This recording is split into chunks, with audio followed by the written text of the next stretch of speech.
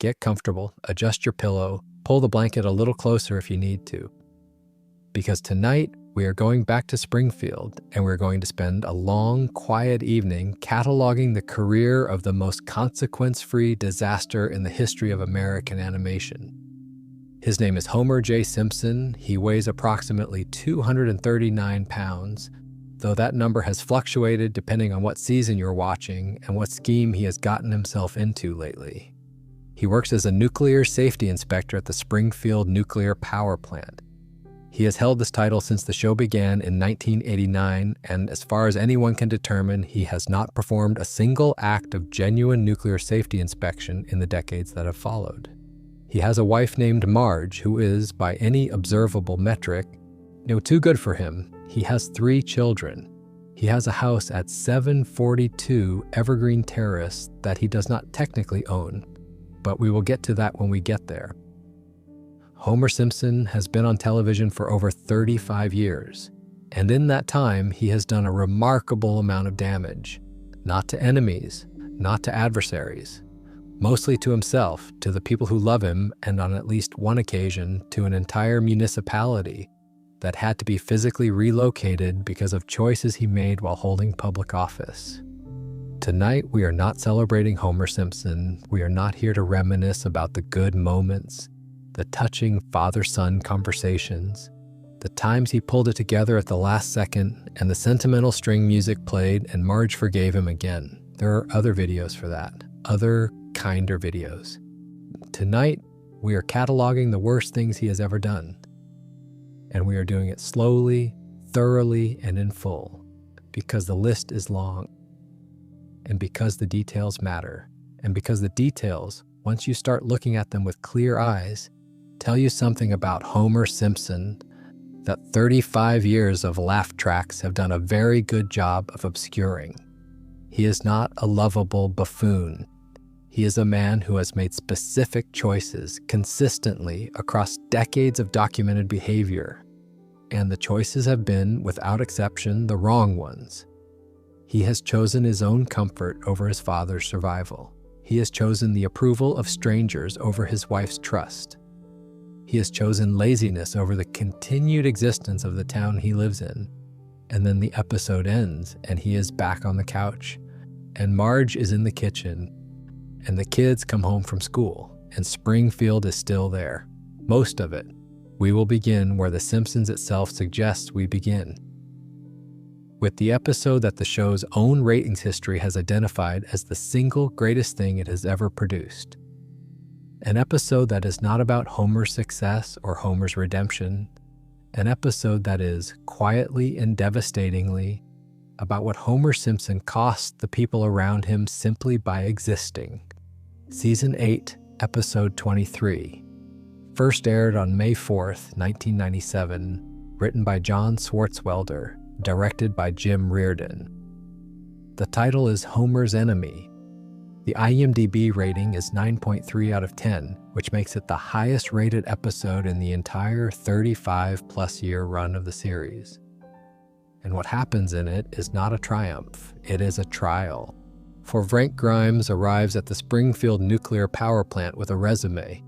That sounds mundane, but pay attention to what that resume says because the show wants you to understand exactly what kind of person Frank Grimes is before it destroys him. Frank Grimes grew up without parents. He was abandoned by his family at the age of 4 and never went to school. He spent his childhood working as a delivery boy, carrying gifts to children from wealthier families.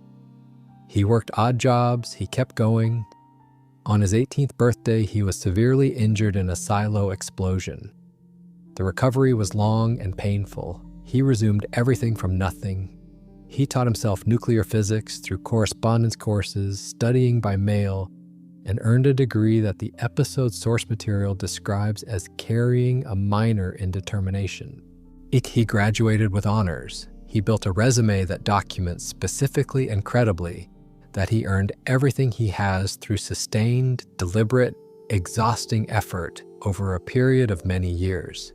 He is hired at the Springfield Nuclear Power Plant and placed at a workstation next to Homer Simpson. The episode begins with Homer managing to win a large hand at a poker game by being too dumb to bluff correctly, which accidentally makes him unreadable, and too dumb to realize his hand was actually very strong, which accidentally makes him seem calm. He folds a straight flush, he never knows. He eats a donut, he drives to work. At work, he meets Frank Grimes and he tries to be friendly. He is not being strategic or performative about this. Homer genuinely wants to be liked, and his default mode when meeting someone new is an enthusiastic but clumsy attempt at connection. He invites Grimes to his house for dinner. He introduces him to the family. He wants to show him something. What Homer shows Frank Grimes is the accumulated evidence of an inexplicable life. The house is comfortable and full. Marge is gracious and warm. The children are there. There are photographs on the wall. There is a Grammy Award in the living room, which Homer won as a member of a barbershop quartet called the B-Sharps that he was part of in the mid-1980s. The quartet performed at the Statue of Liberty Centennial, released an album, and won a Grammy for Outstanding Soul, Spoken Word, or Barbershop Album of the Year. Homer gave the actual award statuette to a hotel bellhop as a tip, and the bellhop threw it off the balcony. The Grammy exists in the house because the show needed it to exist, and because Homer's life is full of things like that. There is documentation somewhere in the house that Homer went to space, which he also did accidentally, or at least without any qualification that would suggest he should have been chosen. There is the career, such as it is at the nuclear plant. Frank Grimes looks at all of this and something in him begins to break, because the episode is willing to ask the question that the show normally deflects. What would this look like to a real person? What would Homer Simpson's life look like to someone who had actually done the work, actually paid the price, actually earned what they had? Not with contempt, not from a place of bitterness right away, but just from simple, honest observation. What does Homer Simpson look like to someone who has spent 20 years doing everything correctly? He looks like an injustice. He looks like the premise of a bad joke. He looks like evidence that effort does not produce outcomes, that qualification does not determine placement, that the world does not in fact reward the people who deserve rewards. Grimes tries to communicate this. He tells people that Homer is incompetent. He demonstrates it. He catches Homer drinking acid from a beaker, thinking it is a cool, refreshing drink. He watches Homer receive a commendation from the plant for his role in preventing a nuclear catastrophe, which Homer caused. He watches Burns praise Homer for being a true nuclear safety hero. He watches the commendation get hung on the wall next to the Grammy, and nobody sees what he sees. And the plant workers have accepted Homer as part of the furniture. Burns barely knows his name most days and lavishes praise on him anyway. The family loves him. Springfield, by and large, is fond of him in the way that you are fond of something that has always been there and has never directly harmed you in a way you noticed. Frank Grimes is the only person in the episode who is looking at Homer Simpson clearly. And looking at Homer Simpson clearly is what kills him. The episode ends with Frank Grimes, pushed past the limits of anything he can tolerate, storming through the nuclear plant in a state of demonstrated madness, imitating Homer, mocking the way Homer works, doing everything Homer does, but doing it while screaming about the injustice of it. He reaches a set of high-voltage electrical controls. He grabs the live wires with his bare hands because Homer would never wear safety gloves and nothing ever happens to Homer. Something happens to Frank Grimes. He dies. He is killed by the voltage. He falls. At the funeral, Homer falls asleep in his chair. In his sleep, Homer says something. The specifics of what he says are less important than the fact that the entire congregation laughs. The minister loses his composure. Everyone in attendance at Frank Grimes' funeral is laughing because of something Homer did unconsciously, accidentally, without knowing Grimes was even dead. Frank Grimes, who worked his whole life, gets a funeral where the mourners laugh at a joke made by the man who drove him to madness. Pause on that for a moment. Take it in. The show chose this as its highest rated episode. Not an episode about Homer's greatest act of love, not an episode where he rises to the occasion and proves everyone wrong. The episode that the show's own audience has, across every metric available, identified as the best thing The Simpsons has ever done, is an episode about what Homer Simpson costs a competent man simply by existing in the same building. And Homer never knows. He never understands what happened. The episode ends with the congregation laughing and Homer still asleep in his chair. And that is the final image the writers chose for their 9.3 out of 10 masterpiece. Now, we need to talk about something that the Frank Grimes episode does not quite say directly, because the show is smart enough to leave it implied rather than stated. Homer's problem in that episode is not cruelty. He was not cruel to Frank Grimes. He tried in his way to be friendly. He invited the man to his home. He attempted connection.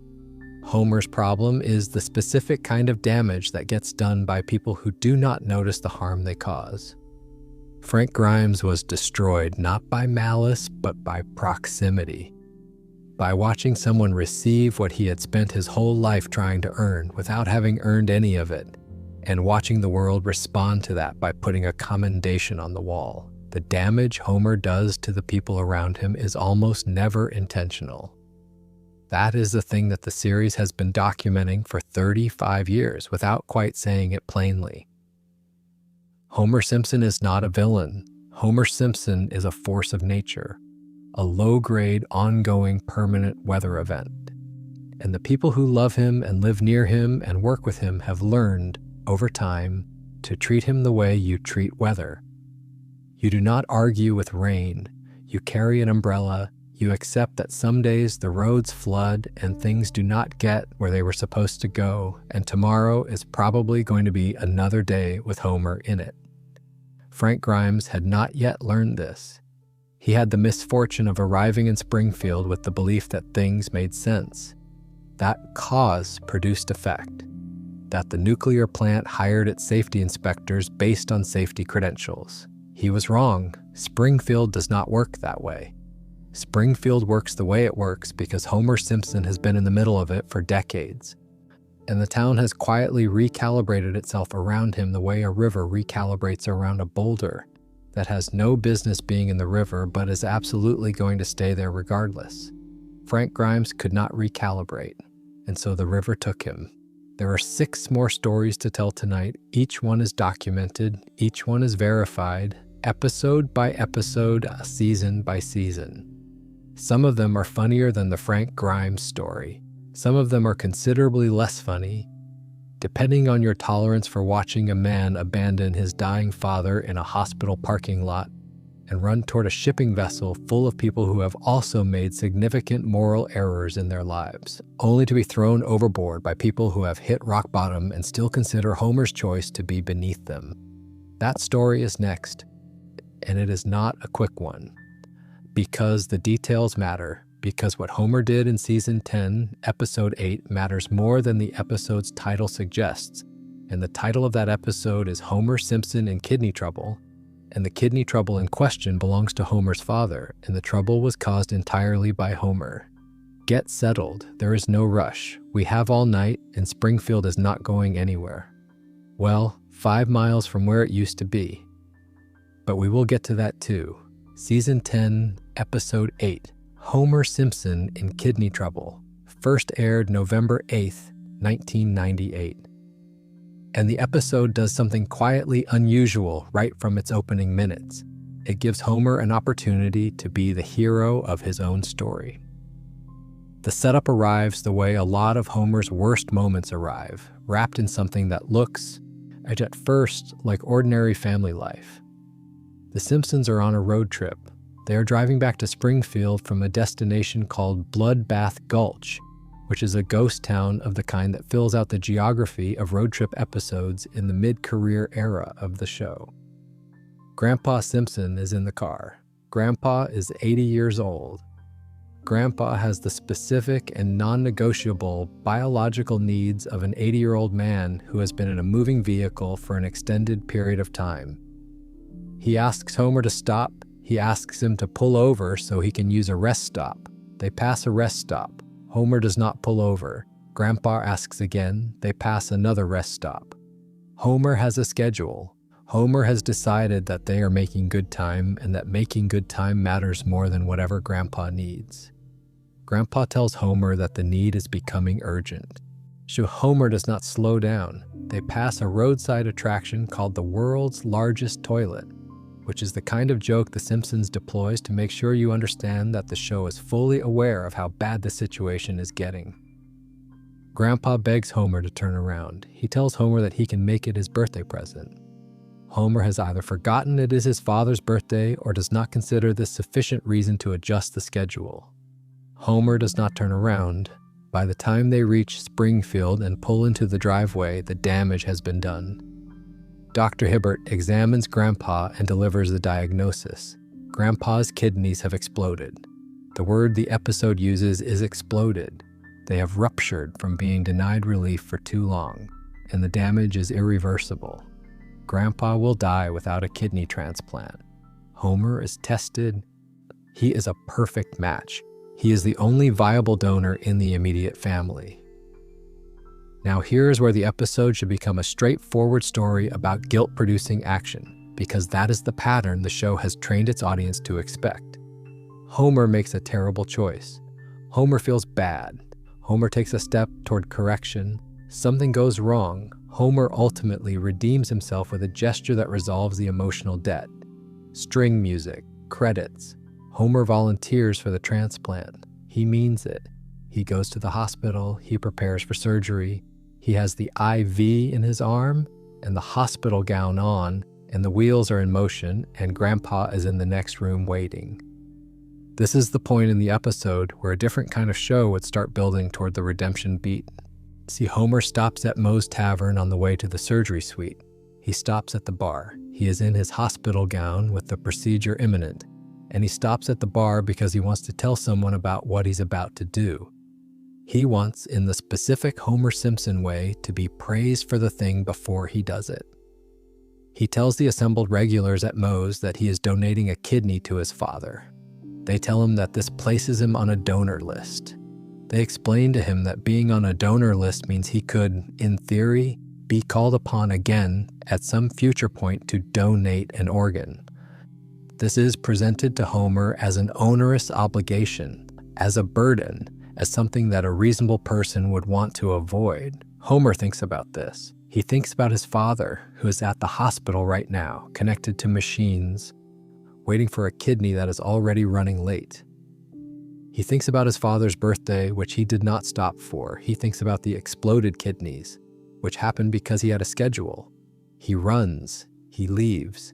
He removes the IV from his arm in the parking lot of Moe's Tavern, not in a hospital room with medical supervision, and he walks away from the procedure. He leaves his 80-year-old father on a surgical waiting list without a donor. The shame catches up to him. The episode does not skip this part. Homer, aware of what he has done, ends up at a dockyard and somehow boards a ship carrying what the episode describes as lost souls. These are people who have made significant moral failures in their own lives. People who have done things wrong enough that they ended up adrift in the literal sense, on a vessel in the middle of the ocean without a destination. Homer tells them what he did.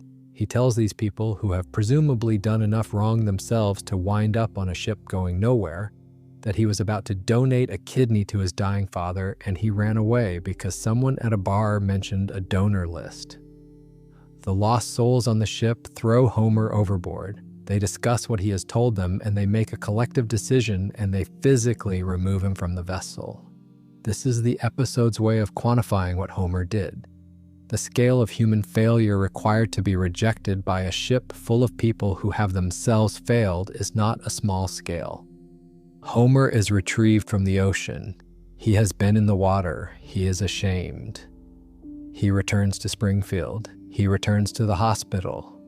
He walks back through the doors. He is going to do it this time. He's going to go through with the procedure.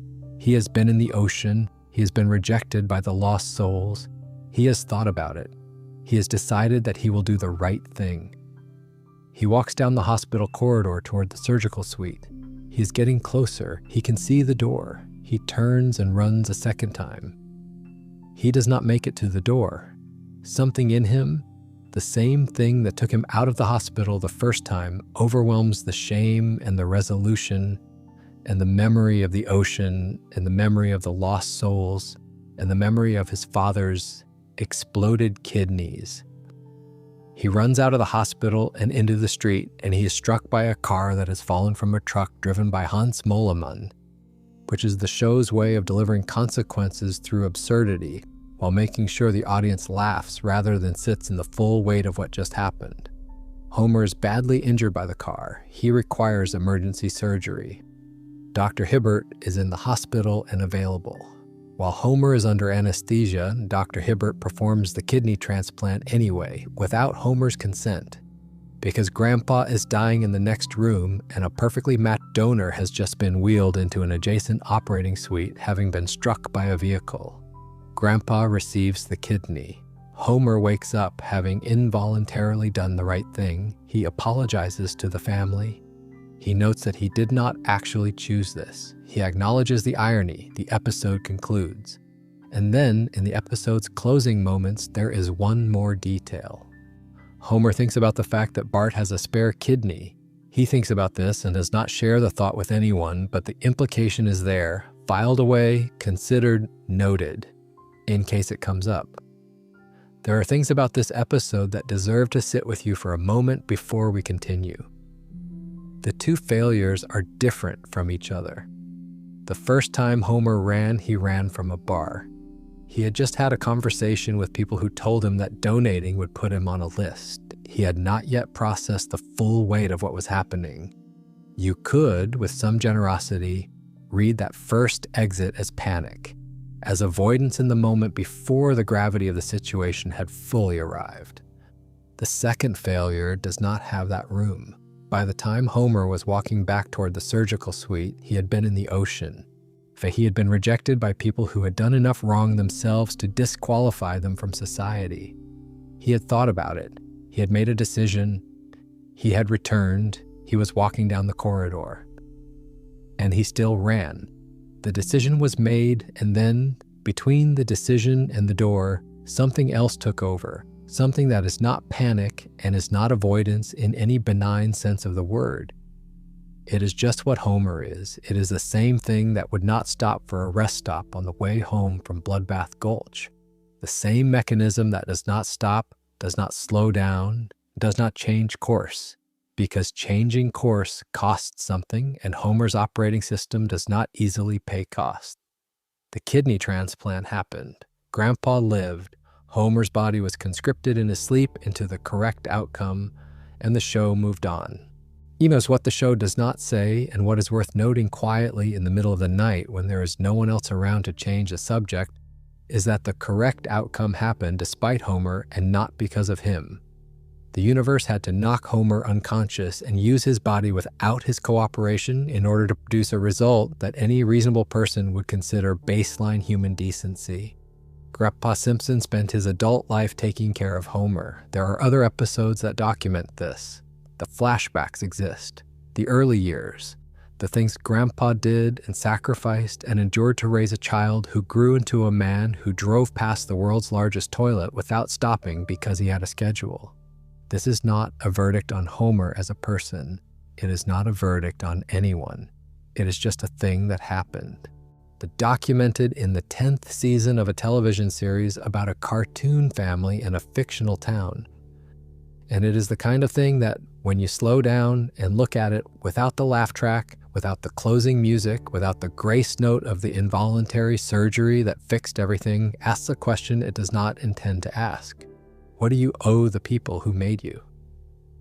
And what happens when the answer you give, not in words, but in behavior, is that you owe them whatever is left over after the schedule is satisfied? Homer loves his father. The show has documented this too. He loves him in the complicated, clumsy, frequently failing Homer way. He would have felt real grief if Grandpa had died. He is not performing love. The love is there. It just was not enough twice to get him through the door. Take a breath, settle back down. The next story is not about Homer and his father. It is about Homer and his wife. And it is, in its own way, a story about the same mechanism, the same operating system, the same calculus that places Homer's immediate need. In this case, the need to be liked, the need to be praised, the need for an audience that finds him smart and interesting and worthy of attention, above the explicit, clearly stated, directly communicated need of the person he promised to love and protect. The episode is Season 5, Episode 22, the season finale, written by Greg Daniels, who would later go on to create The Office, aired May 19th, 1994. The title is Secrets of a Successful Marriage, and the secret Homer shares is not his.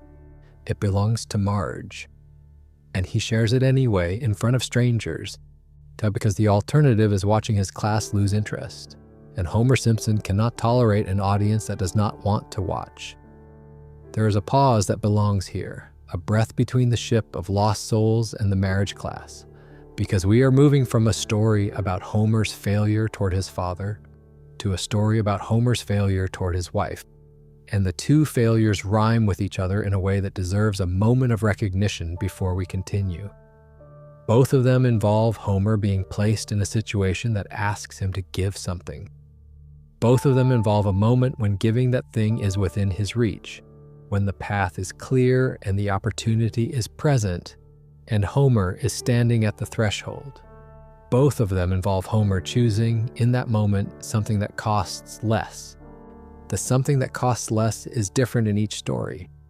In the kidney story, it is a donor list, the abstract future burden of being asked again, the hypothetical inconvenience of being on a register. In the marriage story, it is applause, the immediate and warm and entirely real pleasure of a room full of people paying attention to him and finding him interesting. Different costs, different exits, same mechanism at the center of both of them, running quietly, doing what it always does, producing the Homer choice. Before we move to the marriage class and everything that happens there, there is a smaller story that belongs between the kidney episode and what comes next. A story that does not require an entire segment, but that illuminates something about the kidney story in a way that the kidney story alone does not quite capture. It is a story about a lobster named Pinchy, and it is, in its own small way, one of the most precisely observed Homer Simpson episodes the show has ever produced. The episode is Season 10, Episode 7. Lisa gets an A, which is the A plot. The B plot, which is the one we are interested in, involves Homer purchasing a small live lobster at the grocery store with the intention of fattening him up and serving him to the family as a special meal. Homer buys the lobster. Homer brings him home. Homer begins feeding him. The lobster, which Homer names Pinchy, is receptive to this. Pinchy is small enough to be kept in the bathtub for the time being and eats what Homer brings him and grows. Homer feeds him in the evenings. Homer develops the habits of care that caring for a creature produces. He notices when Pinchy is hungry. He adjusts his diet. He pays attention to what Pinchy responds to. Homer falls in love with Pinchy. This is not played as a metaphor or a joke set up for something else. The episode simply shows Homer caring for an animal and the animal responding to care and the caring producing attachment, which is what happens when you care for something. The love is quiet and genuine and Homer-shaped, which means it is also loud and slightly chaotic, but the love is there. Pinchy gets dirty. He has been in the yard chasing birds and he is clearly in need of cleaning. Homer fills the bathtub with hot water to give Pinchy a bath. Homer puts Pinchy in the hot water. Pinchy is a lobster. Lobsters die when placed in hot water. Pinchy dies. Homer is devastated. He mourns. The mourning is real, and the episode respects it. Homer sits with the loss in the specific Homer way, which is loud and immediate, and not internally processed, but the loss is genuine. He grieves Pinchy. He eats Pinchy. He eats Pinchy alone, at the kitchen table because he believes Pinchy would have wanted it that way. The episode is a comedy. It is funny. The arc from grocery store lobster to funeral dining is executed with the timing and economy that season 10 could still produce. But the thing the episode is quietly doing underneath the comedy is showing you something about Homer that the kidney episode shows you from a different angle. Homer's capacity for attachment is real. He attached to Pinchy in a matter of days with genuine warmth. He noticed Pinchy. He adjusted his behavior around Pinchy's needs. He fed Pinchy and watched Pinchy and took Pinchy to the yard and knew when Pinchy needed cleaning. And then he put Pinchy in hot water, and Pinchy died because Homer, when caring for something he loves, makes decisions based on what seems like a good idea in the moment without always knowing enough to make the decision correctly. He wanted to give Pinchy a warm bath. He gave Pinchy a fatal bath. He did not know the difference. He did not know what a lobster needs versus what a lobster cannot survive. This is, in miniature, the story of Homer Simpson and the people he loves. The love is real. The attention is real. The attempts at care are real.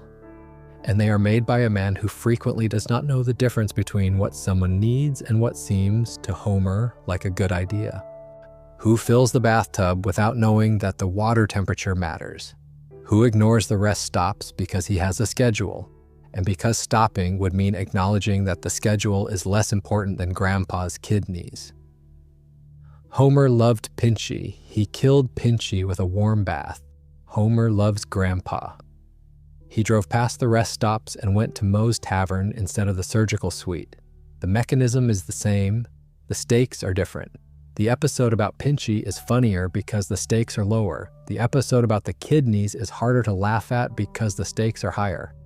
But the thing happening underneath both of them, the Homer thing, is identical. He loves what he loves.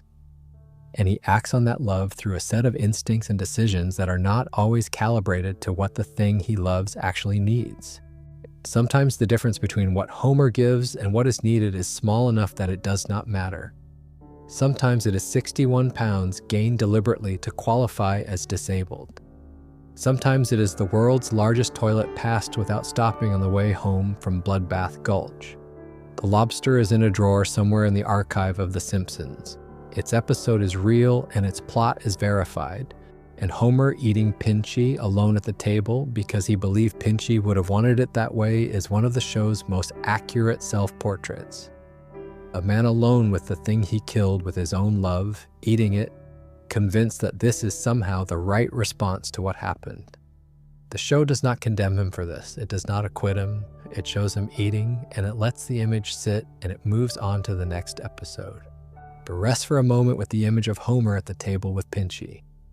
Then we will go to The Marriage Class, Season 5, Episode 22, Secrets of a Successful Marriage. First aired May 19th, 1994. Written by Greg Daniels and directed by Carlos Baeza. It is the final episode of the 5th season, and the 5th season is widely considered the high watermark of the series. The point at which everything the show was trying to be came together most completely. Sharp, warm, emotionally honest, technically precise, with a cast of writers that included future creators of some of the most successful television of the next 30 years. Greg Daniels wrote this episode as his second script for the show. He thought, when he was developing it, that the writing staff had done many episodes where Homer was bad at things, and he wanted to find something Homer was genuinely good at, something Homer had actually mastered, something that, if you sat down and looked honestly at Homer's life, represented a real skill, a real achievement.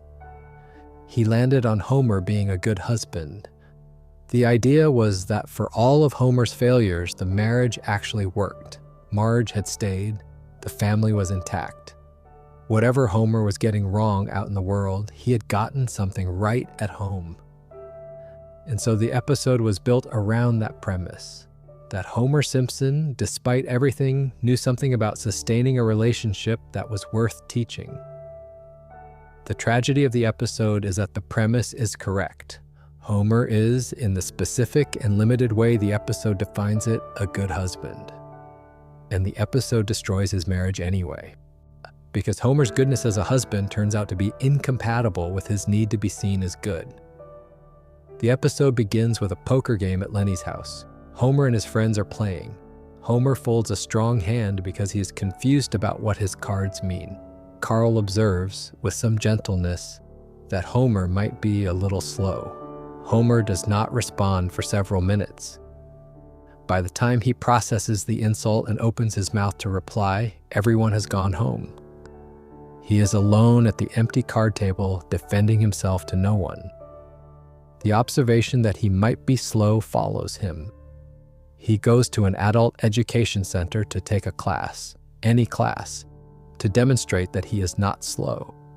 He arrives and he sees that Lenny and Moe are teaching classes. They have students, they have authority. The students are paying attention and taking notes, and they look impressed. Homer wants what they have. He wants to stand at the front of the room and have people paying attention to him and writing down what he says. He does not think carefully about whether he has anything worth teaching. He looks at the class listings and he finds one that has not been filled. The class is titled Secrets of a Successful Marriage. The center manager notices that Homer is married, asks how long, and accepts this as sufficient qualification to offer him the course. Homer takes the class. He stands at the front of the room. The students look at him with the polite but hopeful attention that adult education students bring to the first session of any course. They are there because they want something. They want to learn how to save their relationships, or improve them, or understand what went wrong in the ones they have lost. They came there expecting expertise. Homer has none. He stands at the front of the room and runs out of things to say almost immediately. He fills the time with platitudes and vague encouragements and eventually with a rant that is, the episode reveals, assembled entirely from lines borrowed from 4 different films. He cites Patton, Chinatown, A Few Good Men, and And Justice for All. He patches them together into a speech that sounds like it means something until you trace where each sentence came from and realize that nothing in it is actually Homer's. The students begin to leave, not all at once, not dramatically, but in ones and twos, gathering their notebooks and apologizing quietly at the door. Homer watches his class drain out, and he does something. He grabs the first private thing about his marriage that comes to mind, and he says it out loud to the remaining students. It works. The students stop, they turn back, they sit down. They are interested now. This is real. This is not a platitude borrowed from a movie about a courtroom. This is the inside of an actual marriage, shared with them without consent of the person it belongs to. Homer tells them more. He goes home and Marge asks how the class went, and he is vague, and she accepts that. She warns him in passing not to share anything personal about her. She is not suspicious. She trusts him. She warns him in the light tone you use when you trust someone and are just being clear about a preference. Homer nods. Homer goes back to class. He tells them more. He invites them to dinner to see what a successful marriage looks like in practice. He brings a room full of strangers into his home to observe his wife. Marge, ambushed by the presence of an audience in her kitchen without warning, manages the situation with the particular strained grace she reserves for Homer's catastrophic surprises. But when the class leaves, she sits Homer down and tells him what this was. She tells him plainly. She uses specific words. She asks him to stop. He agrees. He goes back to class. He tells them more. He has nothing else to offer. The students have become dependent on the real material. They have stopped being interested in the framework, in the structure, in the educational pretense of the class. They come for the secrets. They want to know what actually happens at 742 Evergreen Terrace when no one else is watching. And Homer, who cannot bear to watch the students lose interest, gives them what they want. Marge finds out. The episode is quiet about exactly how, but the mechanism does not matter as much as what happens after. Marge does not raise her voice. She does not have the kind of confrontation the episode could have built toward. She does something that is, in its own way, more difficult to watch. She tells Homer that he has to leave. Not because she does not love him, not because the marriage is over, but because she cannot trust him in the house right now. Because trust requires a track record, and the track record has just been revised. Homer moves into Bart's treehouse. He sleeps there. He has no access to the kitchen. His clothes become dirty. His grooming deteriorates. His emotional state, never particularly stable, begins to unravel with a speed that the show uses for comedy, but that, if you slow it down and pay attention, is actually revealing something. Homer Simpson, without Marge, falls apart in approximately 24 hours.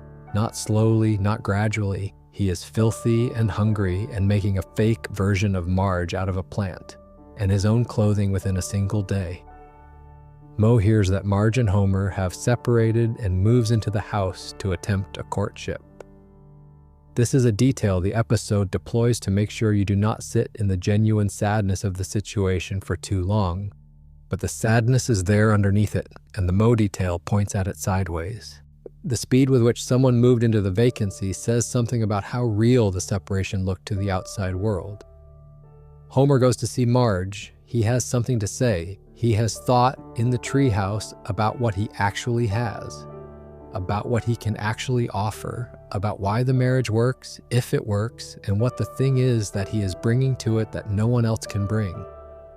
He tells her that he can offer her complete and total dependence, that she knows him better than anyone because there is nothing left for him without her, that he was in the treehouse for one day and he was already building furniture from houseplants, that his need for her is not strategic or conditional, it is structural. She is the architecture of his life, and without her, the building cannot hold its own weight. Marge considers this. The episode frames it as sweet, as the winning argument, as the thing that dissolves the conflict and restores the equilibrium. Take it apart slowly. What Homer is saying is that Marge should return to a marriage with a man who has just betrayed her trust in a documented and sustained way because the consequences of her leaving would be particularly severe for him.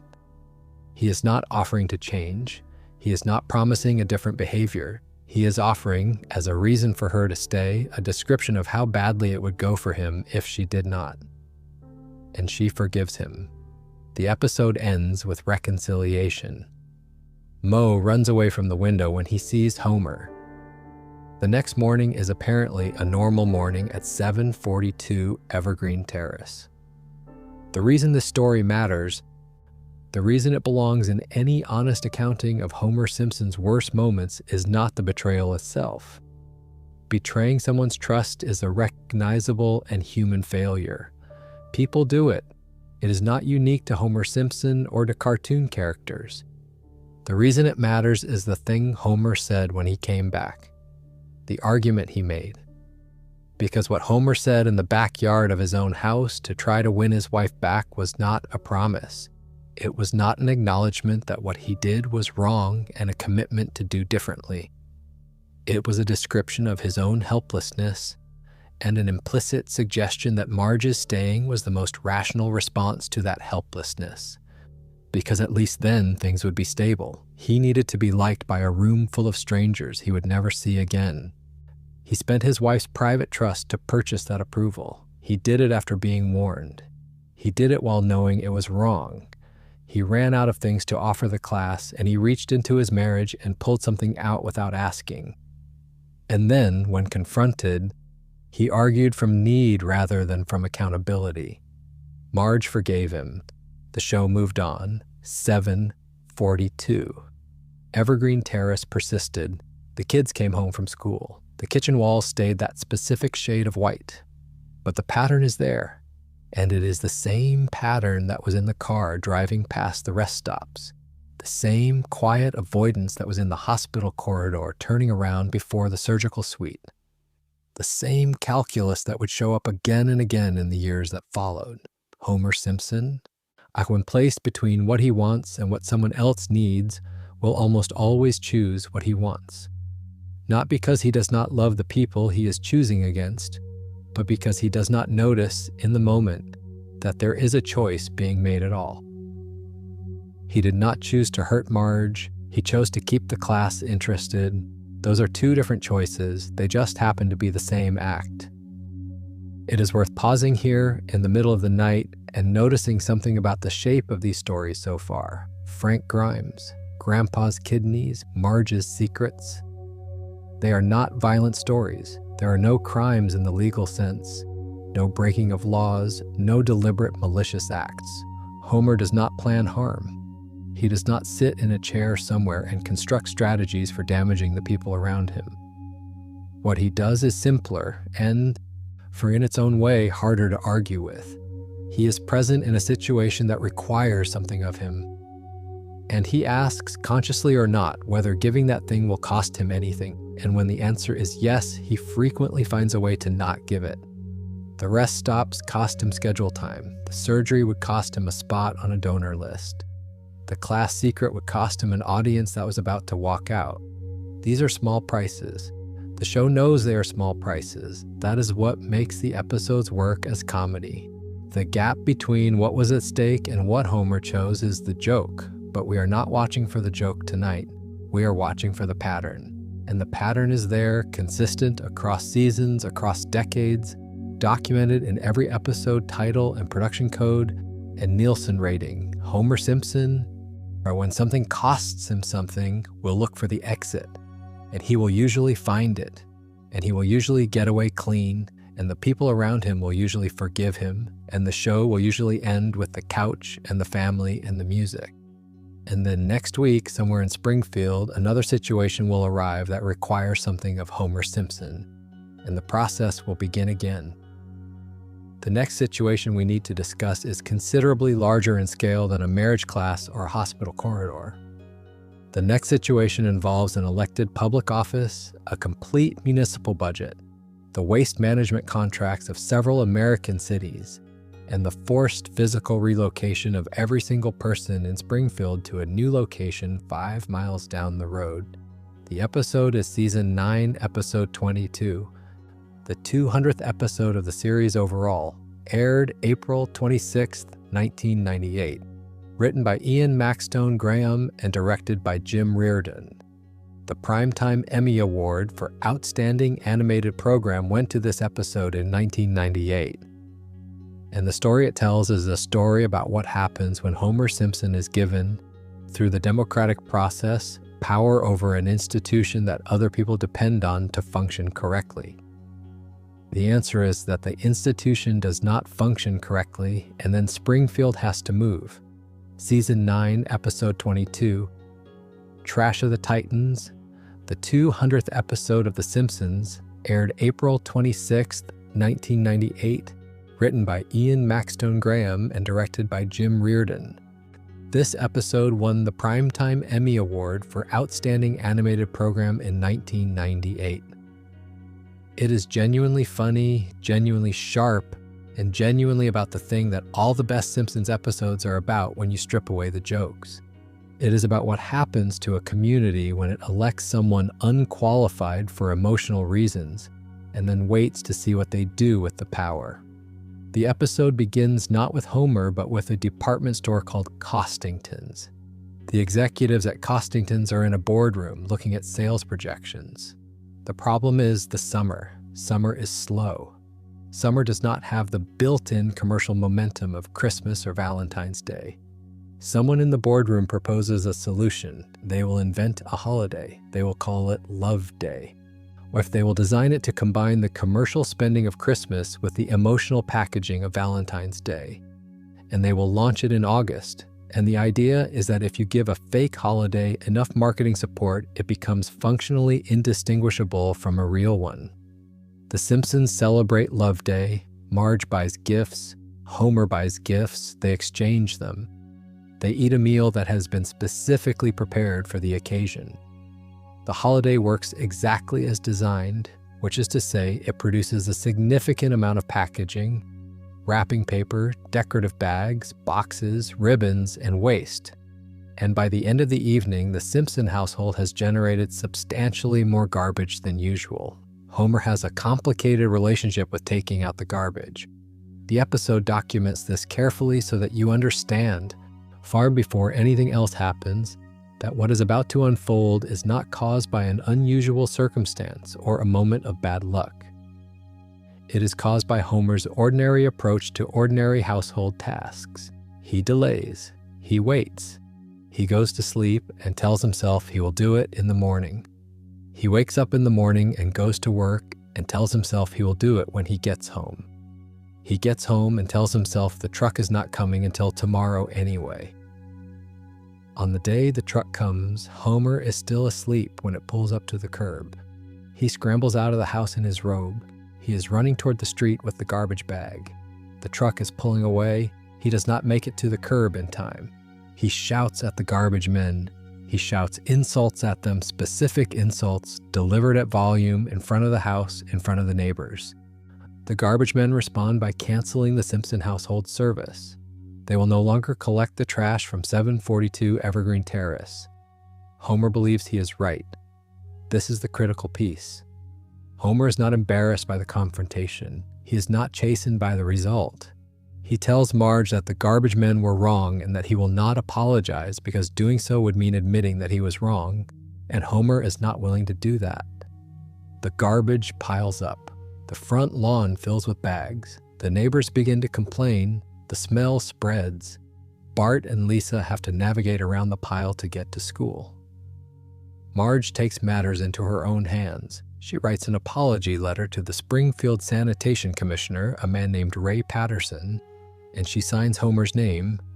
She does not tell Homer. She sends the letter. As the garbage service resumes, Homer wakes up one morning to find the front lawn clean, and he tells Marge that he has won, that he stood his ground and beat City Hall, that this is proof that if you just refuse to back down, eventually the system comes to you. Marge tells him what actually happened. She tells him about the letter. She tells him she forged his signature. Homer drives to the sanitation commissioner's office. He walks in and he demands his letter back. He tells Ray Patterson that his wife sent that letter without his knowledge and he wants it returned. Ray Patterson is, by any reasonable reading of the scene, a decent person. He is politely confused. He is not aggressive or condescending. He gives Homer the letter. He seems genuinely uncertain about what Homer's grievance is. Homer's grievance is that the apology happened at all, that someone, even Marge acting on his behalf, extended an olive branch that Homer did not authorize. The actual conflict, the pile of garbage, the canceled service, the neighbor complaints, the weeks of deteriorating front lawn, none of that is Homer's primary concern in this moment. What matters is that an apology went out with his name on it, and Homer Simpson does not apologize when he believes he is right. He argues with Ray Patterson. The argument escalates in the way that arguments escalate when one person is confused about why the argument is happening, and the other person is running on a logic that requires him to win something. Homer, at some point during this conversation, decides to run for sanitation commissioner. He will challenge Patterson for his job, and this will prove something. Homer is not entirely clear on what it will prove, but it will prove it. He launches a campaign. The campaign is, from a technical, political standpoint, a disaster. It is, from a populist standpoint, a masterpiece. Homer makes promises. He makes them specifically, enthusiastically, and without any relationship to the fiscal reality of the sanitation department's budget. He promises round-the-clock trash pickup. He promises that the garbage men will come to your door, that you will not need to haul your trash to the curb, that the trash will be retrieved from wherever it happens to be in your home and carried out for you. He promises celebrity garbage collectors. He brings in musicians. He promises that you too will be involved. And you too, in one of the stranger guest appearances in the show's history, agrees to participate, performing from a garbage truck as campaign events unfold. Ray Patterson stands at a debate podium and explains carefully and with supporting data that Homer's promises are not financially possible, that the sanitation department operates on a specific budget, and that the services Homer is describing would cost many times that budget. He presents this information clearly and without personal animosity toward Homer. He is trying to give the voters of Springfield the information they need to make an informed decision. The voters of Springfield elect Homer in a landslide. This is not a surprise. This is the joke the episode is building toward. The confirmation that the voters of Springfield are doing what voters frequently do, which is choosing the person who told them what they wanted to hear over the person who told them what they needed to know. Ray Patterson warned them. They heard the warning and they voted for Homer anyway. Some part of them, the episode suggests, knew he was promising things he could not deliver. They voted for him because the promises were what they wanted and because wanting things is, in the moment of a vote, more powerful than knowing things. Homer takes office, he implements his promises, he hires the celebrities, he buys the equipment, he expands the service. The garbage men receive pay increases and amenities and working conditions that were not in any previous contract. The service improves dramatically and genuinely. People are pleased. For a brief window, Homer Springfield is a town where the garbage actually works better than it did before. Mayor Quimby calls Homer in. The sanitation department's annual budget has been spent. Not most of it, not a large portion of it. All of it, in 1 month, is gone. There is no money left. There's no money for the second month or the third month or any month after this one. The service that Homer expanded so enthusiastically cannot be maintained because there is no funding to maintain it. Homer needs a solution. He finds one. He finds it, as Homer frequently finds things, by not thinking through the second and third order consequences of the immediate fix. There are abandoned mine shafts on the outskirts of Springfield. They are deep and they are large and they are empty. Homer begins contacting cities across the country. He tells them that he has a place for their excess garbage. He charges them a fee to dump it. The fee is paid, the money covers the payroll. The garbage men receive their salaries. The budget crisis resolves.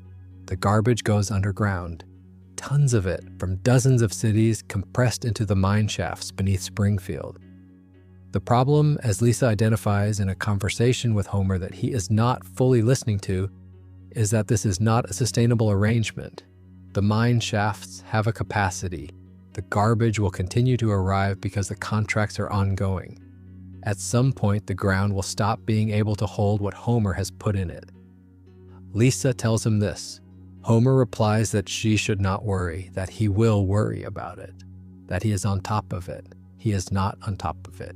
He takes Mayor Quimby golfing. And there on the golf course, Homer is explaining that everything is fine, that the budget is balanced, that his approach has worked, and then the ground on the golf course swells. A lump pushes up from beneath the fairway. Homer pushes it down. Another lump appears, he pushes that one down. A third appears. The garbage is erupting from the ground. It is coming up through the soil like something the earth is rejecting, which technically it is. Springfield holds an emergency town meeting. Homer is removed from office. The meeting resolves, to be horsewhipped. This is the town's official decision, arrived at democratically, which is a pointed choice on the writer's part given that Homer arrived in office democratically as well. Ray Patterson is offered his job back. He declines. He is standing at the podium looking at the garbage that has erupted from beneath the community he spent his career managing responsibly. And he notes, politely, that he does not feel the need to clean up the mess that the citizens of Springfield made for themselves by choosing Homer over him. Mayor Quimby announces that the town will be relocated, not the garbage. The town, every building, every street, every resident, 5 miles down the road to a site that does not have garbage erupting from the earth beneath it. Springfield, the city as it existed at that latitude and longitude, is abandoned because Homer Simpson ran for sanitation commissioner out of spite over a forged apology letter. The credits roll over the sound of the show's musicians performing a version of a familiar song. And there is a parody of an anti-pollution advertisement from the 1970s, the one with a Native American figure looking at a littered landscape, except in this version the landscape is Springfield, and the person looking at it is Homer. Here's the thing about this episode that earns its Emmy and earns its place in any discussion of Homer's worst moments. It is not a story about Homer being unusually bad. It is a story about Homer being ordinarily bad, but with power. The choices Homer made as sanitation commissioner are the same choices Homer makes every day. He overcommits without accounting for resources. He addresses short-term problems with solutions that create larger long-term problems. He resists accountability until the consequences are undeniable. He does not maliciously intend the outcomes that follow from his decisions. He just does not think carefully about what follows from his decisions. In his private life, this produces a dirty front lawn and a strained marriage and an 80-year-old man with exploded kidneys. In public office, it produces an environmental disaster requiring the relocation of a municipality. The scale is different. The mechanism is identical. Ray Patterson was right. He had the data. He presented it clearly. He gave the voters of Springfield everything they needed to understand why Homer's promises were impossible. And the voters, in the way that voters sometimes will, chose the exciting, energetic, promise-laden candidate who made them feel good about the future over the competent, experienced, accurately pessimistic administrator who told them the truth. Homer did not steal the election. He did not deceive anyone about what he was. He was exactly as Homer Simpson as he always is. He went to Ray Patterson's office and started an argument about a letter and ended up deciding to run for sanitation commissioner and won. He is not a political strategist. He is not a cynical operator who knows what lies to tell. He is Homer Simpson running on Homer Simpson's platform, which is that things should be better starting immediately and the details of how will present themselves. The details did not present themselves. The details erupted from the ground, and Springfield had to move. Take a moment with that. 5 miles, the actual town. The residents packed up and the buildings were relocated. And the grid of streets and the community that had existed in one place was moved because of choices that began with a garbage bag that Homer did not bring to the curb in time. The chain from the garbage bag to the displaced town is not a long chain. It is not a chain that required unusual circumstances or extraordinary bad luck. It is a chain assembled entirely from Homer Simpson's standard operating procedure, applied in sequence, each link following from the previous one, until the ground underneath an American town began to reject the consequences. The show gave this episode an Emmy. The episode deserved it.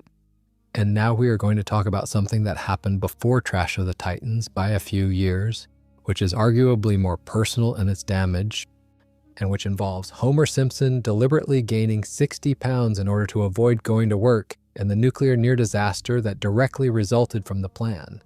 Season 7, Episode 7, King Size Homer, aired November 5th, 1995, written by Dan Graney, directed by Jim Reardon. It received a Nielsen rating of 10.0, making it the third highest-rated program on the Fox network that week. Empire magazine later named it the best episode of the series. It is an episode about a man who decides to disable himself, intentionally and knowingly, in order to avoid a 45-minute exercise routine. And it almost ends with a nuclear meltdown, which is the natural conclusion of a story about a safety inspector who does not want to inspect.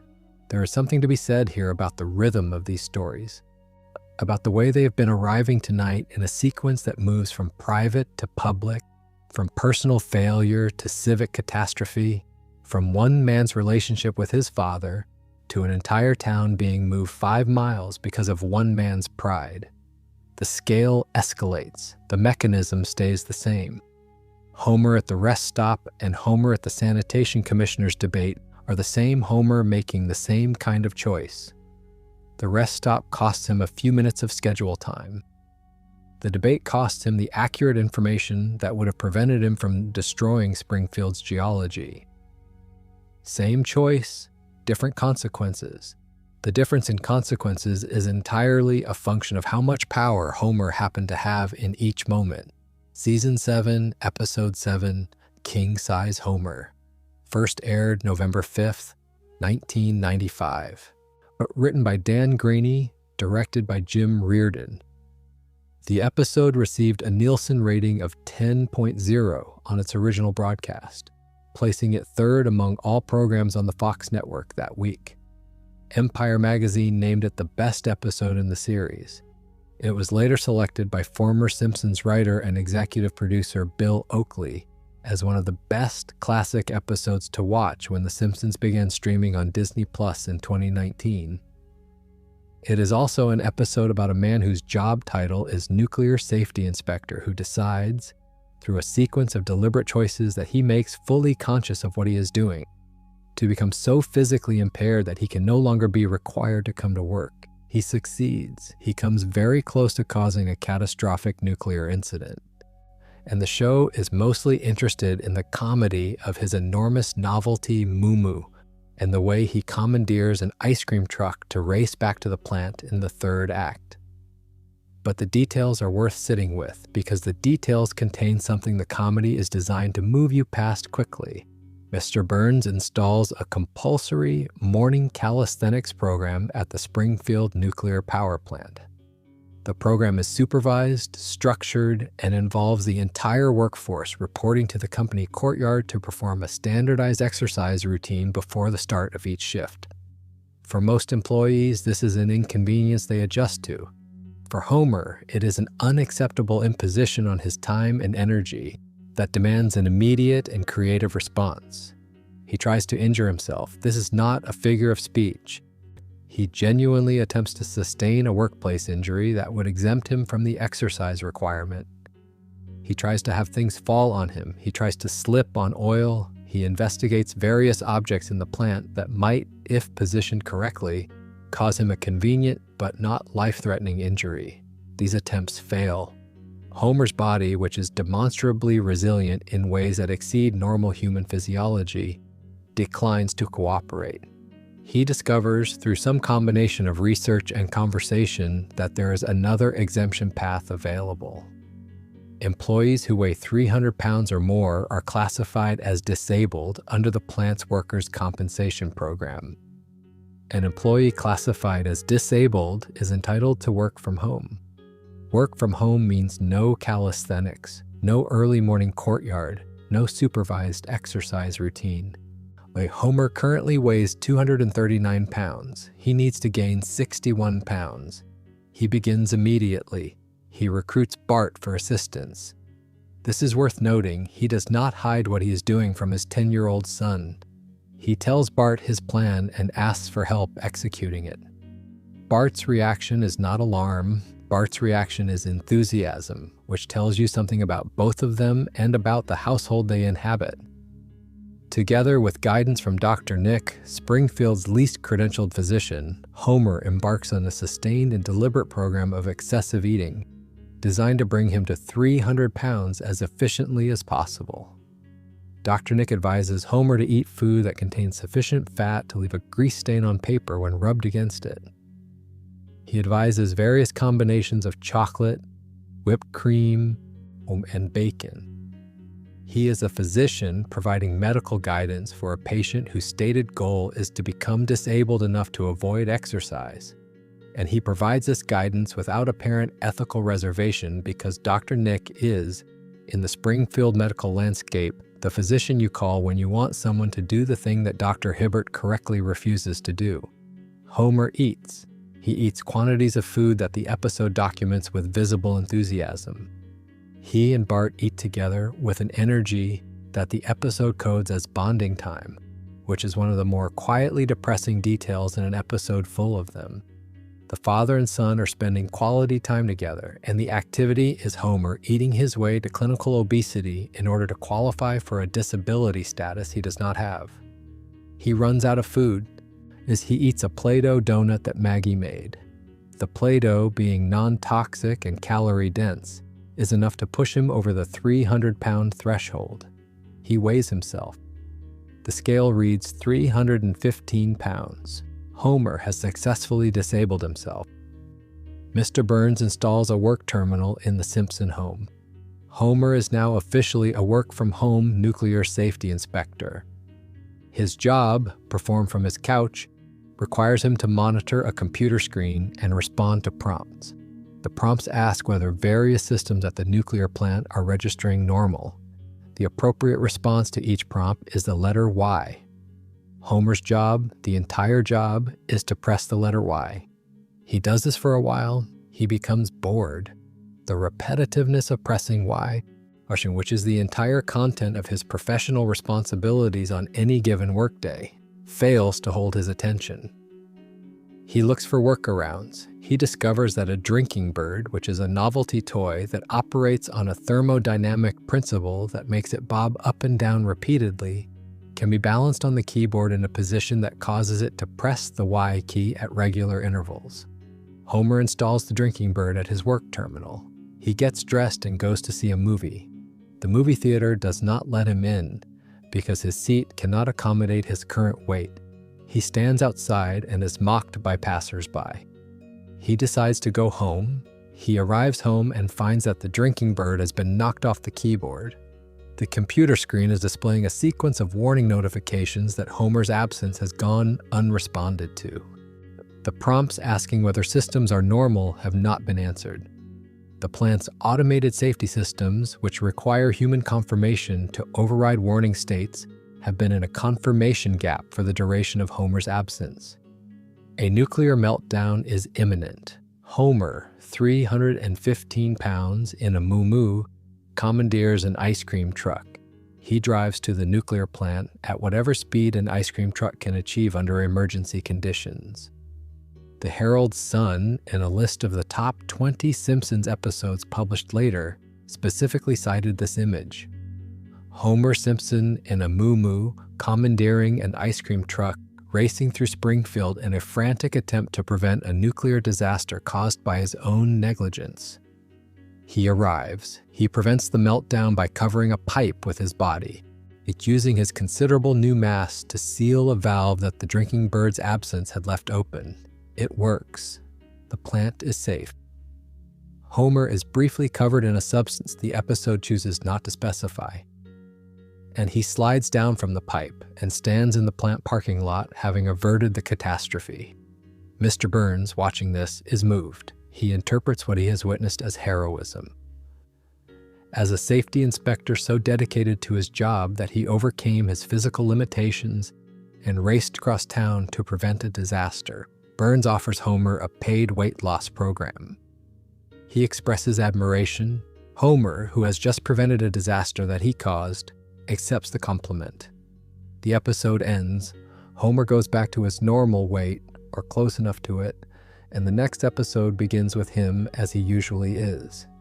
Now, pay attention to the geometry of this. Homer's job title at the Springfield Nuclear Power Plant is Safety Inspector. This is not a decorative title. This is not an honorific. In the actual function of a nuclear power plant, a safety inspector's role is to monitor systems and intervene when monitoring detects problems. It is the role that exists precisely to prevent the kind of incident that Homer's drinking bird arrangement allowed to develop. The person whose job is to catch the problem is the person whose negligence created the problem. He knew this. He is not unaware that he works at a nuclear plant. He is not confused about what his job involves. He made a deliberate decision to automate his monitoring responsibility with a novelty toy and go see a movie. And the decision had consequences that required him to race back in a stolen ice cream truck to fix them. The episode treats this as funny because it is funny. The image of Homer in a moo-moo commandeering an ice cream truck is funny. The drinking bird pressing Y is funny. The Play-Doh donut is funny. The detail that Homer's son helped him gain 60 pounds is funny, or at least it is the kind of thing The Simpsons in its 7th season could make funny in the specific way that the show at that point made everything funny, which is by building up a precise and detailed portrait of something genuinely troubling and then deploying it at speed in a way that moves you past the troubling part before you have time to fully inhabit it. But here's the detail that the comedy does not change. Homer is a safety inspector. He disabled himself to avoid exercise. He installed a novelty bird to do his job. He left the house. The systems went unmonitored. The meltdown was imminent. He raced back and stopped it with his own body. and Mr. Burns gave him a weight loss program and told him he was a hero. There are no regulators who appear in this episode. There is no NRC investigation. There is no review of what happened, no documentation of the near miss, no corrective action plan filed with any oversight body. Burns praises Homer. Homer accepts the praise. The plant continues operating. Homer goes on a diet. By the next episode, he is approximately the same size he has always been, and the incident is not referenced again. This is the Springfield version of accountability. Accountability in Springfield means that you race back in time to stop the consequence before it fully arrives. And if you stop it before it fully arrives, it counts as having handled it. And the handling is what gets credited, not the causing. Homer handled it. The plant is fine. Nothing happened, technically, to the people of Springfield. The milk on the street from the ice cream truck that Homer commandeered is not a public safety concern. The drinking bird has been removed from the keyboard. Springfield continues. The plant continues. Homer's moo-moo goes into whatever drawer holds the artifacts of Homer's episodes. The season continues. The series continues. The capacity for damage represented by a safety inspector who installs a drinking bird at his monitoring station and goes to the movies does not disappear because the specific incident was resolved. It stays, it waits, it will arrive again in a different form on a different day when Homer Simpson decides that the work terminal is boring and there is something more immediately satisfying available. But we are not here to speculate about what might happen. We are here to document what did happen, and what did happen in Season 7, Episode 7 is verified, sourced, and sitting in the public record of one of the most watched television series in history. Next, we need to talk about the children, specifically Bart, and specifically the episode arc in which Bart Simpson, 10 years old, formally retained legal representation and sued his father for emancipation. This is not a cutaway. This is not a daydream sequence or a fantasy plot in a treehouse of horror anthology. Bart went to court. A judge heard the case.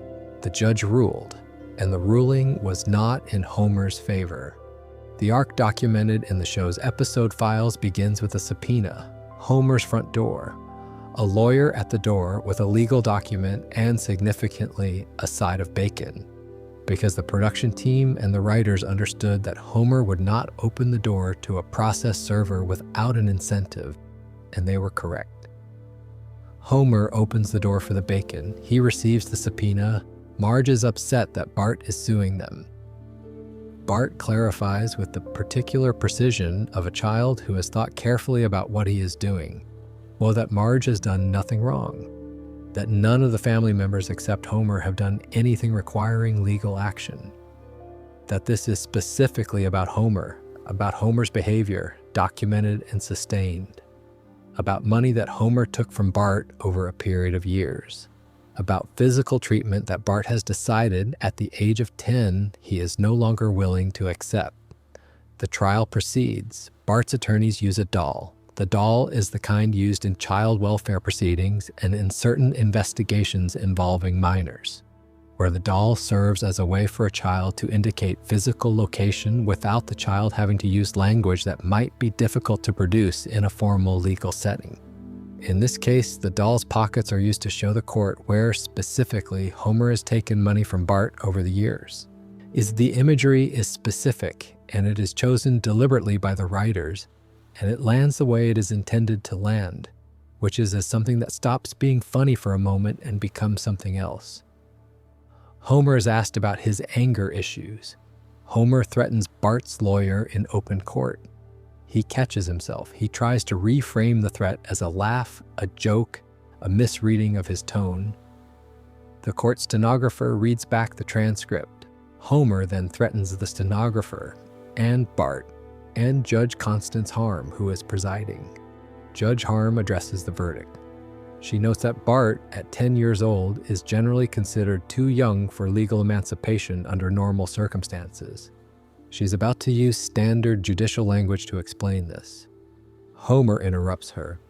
He announces that Bart is still living under his roof and his rules.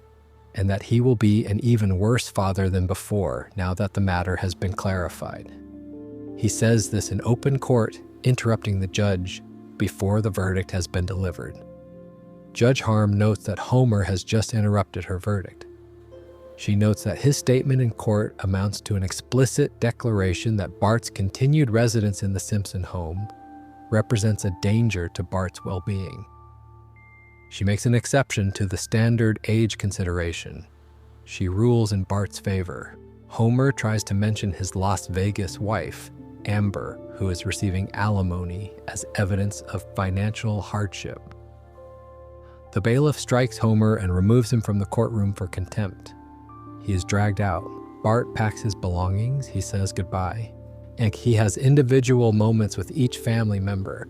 He gives Lisa an Indian burn in the shape of a heart, which he says, if done correctly, is permanent. He does not say goodbye to Homer. He leaves.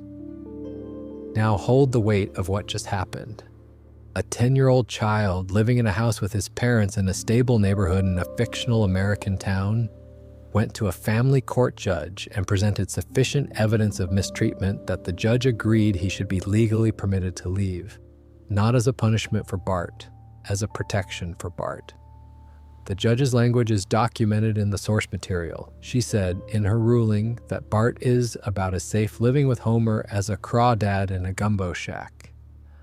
She said it on the record in a legal proceeding, and then she signed the papers. Homer's response to this in the courtroom, and after being told by a judge that his son was not safe in his care, was to interrupt the verdict to announce that he was planning to be worse. That sentence is worth reading again quietly in the dark before we continue. Homer did not plan to be worse. He was performing bravado in the way that Homer performs bravado, which is by saying the first aggressive thing that his panic produces without thinking about what it will sound like from the outside. He did not want Bart to leave. He did not actually intend to be a worse father. He was scared, and he responded to being scared the way Homer responds to most threatening situations, which is by escalating outward rather than processing inward. But the words were said, the judge heard them, the ruling followed, and Bart left. He came back eventually in the way things on The Simpsons come back. The status quo reasserts, the family reconstitutes, 742. Evergreen Terrace persists, but the court ruling does not go away. It is part of the record. It is documented. A judge looked at the evidence that Bart presented and agreed that he had sufficient cause. The next story, which is the last one we're going to tell tonight, is about the physical act itself, the recurring action that Bart documented in his lawsuit, the thing Homer does to Bart that the show has been doing for 35 years, that James L. Brooks confirmed in 2024 is not being retired, and that an episode in season 22 spent 22 minutes examining as seriously as the show has ever examined anything. The thing is the strangling. And we will get there in a moment. But first, you settle back down. Breathe. The pace of this does not need to be faster than it is. We have covered a lot of ground, and every piece of it is verified, and every episode is real, and every judge's ruling, and every subpoena, and every drinking bird, and every garbage eruption is documented in the production history of a television series that has been running, as of the moment you are listening to this, for over 35 years. Get comfortable. The last story is a quiet one, and it starts with a football game. Season 22, Episode 17. Love is a many-strangled thing. The episode that The Simpsons produced when it decided, after more than 20 years, to look directly at the thing it had been doing for 20 years and ask with some seriousness whether it was okay. The answer the episode gives is complicated. And the complication is worth tracing carefully because the episode is not as comfortable as it might appear on the surface, and the discomfort is where the honesty lives. The episode begins at a football game. The Simpson family is in the stadium. They are on the big screen, the scoreboard camera, one of those between-play moments where the broadcast crew sweeps the crowd looking for entertainment. The camera finds Homer and Bart. Homer responding to being on camera the way Homer responds to most situations that call for restraint, reaches over and begins tickling Bart. He does not ask, he just does it. He does it enthusiastically and he does it at length because the camera is on him and he is enjoying the attention and Bart is squirming and the crowd is laughing and Homer is, in this moment, exactly where he wants to be. Oh, Bart wets himself in the stadium, on the big screen, in front of everyone in attendance and everyone watching the broadcast. Homer brought Bart to this moment by choosing his own enjoyment, the entertainment of being on camera, the pleasure of the crowd laughing at his spontaneous performance, over any consideration of what Bart might want or how Bart might experience being tickled relentlessly in public until he lost control of his body. Homer did not think about Bart. He thought about the camera and the crowd. The episode does not frame this moment as trivial. Marge arranges therapy, not just for Bart, not just as a response to Bart's embarrassment, but for Homer. She takes Homer to see a therapist named Dr. Xander. The session is not a cartoon session, and it is not a session where a wacky therapist bounces off Homer's obliviousness for comic effect. Dr. Xander sits across from Homer and asks questions, and Homer, in the way that Homer will sometimes do when the context creates enough friction, says something real. He tells Dr. Xander that he strangles Bart. Not past tense, not as a historical habit that he has moved past. Present tense, he strangles his son. He does it when Bart does things Homer finds frustrating. He does it as a response mechanism. He has been doing it for as long as Bart has been doing things that Homer finds frustrating, which is to say, for as long as Bart has been old enough to do things. Dr. Xander is appropriately alarmed. He does not catastrophize. He does not immediately call authorities or dissolve the session into crisis intervention. He is alarmed in the measured professional way of someone whose alarm is calibrated to what he is hearing, rather than to performing alarm for the patient's benefit. He tells Homer that he wants Homer to understand what this feels like from Bart's perspective. He tells Homer that empathy is the relevant tool here. He wants Homer to feel in some approximated form what Bart feels. Dr. Xander has arranged for a guest. The guest is Kareem Abdul-Jabbar. Kareem Abdul-Jabbar is, at this point in his life, 7 feet 2 inches tall and a celebrated professional athlete and cultural figure of significant stature, in every sense of the word stature. He sits across from Homer. He performs in careful, documented role play with the physical sensation of being grabbed around the throat and shaken while someone larger than you expresses anger in your general direction. Homer is grabbed by the throat and shaken by a 6'11" man. The experience is effective. Homer understands, in a way that no previous conversation has allowed him to understand, what it is that Bart experiences when Homer strangles him. He is genuinely frightened. He is genuinely discomfited. He agrees that he will stop. He stops. He does not strangle Bart. He goes home and he has a different relationship with his son, one that does not include his hands around Bart's neck. Dr. Xander is pleased. Homer is trying. This is the part of the episode where a simpler story would begin the restoration arc, where the family dynamics improve and the lesson is learned and things are better. But Bart, without the strangling, it turns out, is a different kind of problem. Without the threat of Homer's physical response as a regulating mechanism, Bart begins doing things with no concern for consequences. Not one big dramatic incident, but a cascade of smaller ones, each more careless than the last, each demonstrating that whatever was checking Bart's worst impulses before, it was Homer's unpredictable anger. And without it, the check is gone. There are no other structures in place. There are no other consequences that register for Bart in any meaningful way. The strangling was not ideal, to put it with enormous understatement, but it was the only thing that worked. Homer is also separately dealing with a fear that has developed as a result of the therapy session. Having felt what Bart felt, having had a large man's hands around his own throat, Homer is now afraid of Bart. Not in a rational, measured way, in a reflexive, avoidance way. He sees Bart, and he thinks about what it felt like to be shaken by Kareem Abdul-Jabbar, and he backs away. He cannot be in the same room with Bart without this association arriving. He is technically more aware of what he was doing, but the awareness has produced paralysis rather than change.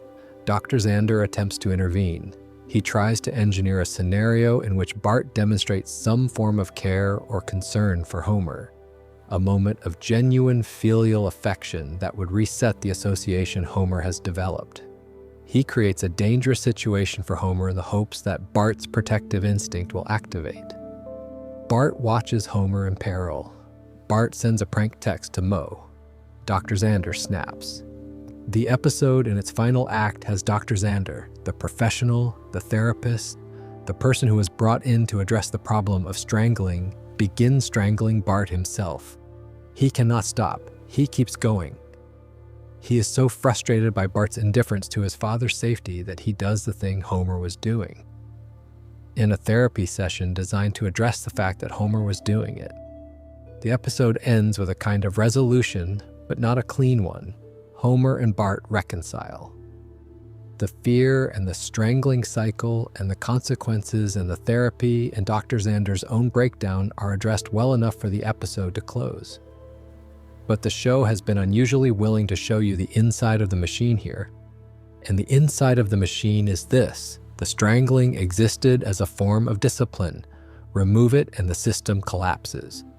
Introduce therapeutic insight and you get paralysis and Dr. Xander losing his license in the final act of a session about domestic violence.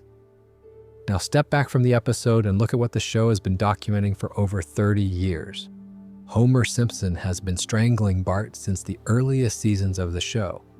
The specific physical action, the grab, the shake, the sound effect, the "why you little" that precedes it, is one of the most recognizable running gags in the history of American animation. It is in merchandise. It is in fan discussions. It is referenced in critical analyses of the show's evolution. It is part of the cultural shorthand that anyone who has watched The Simpsons uses when they talk about Homer and Bart's relationship. In 2024, executive producer James L. Brooks gave an interview in which he confirmed that the strangling gag is not being retired. He was specific about this.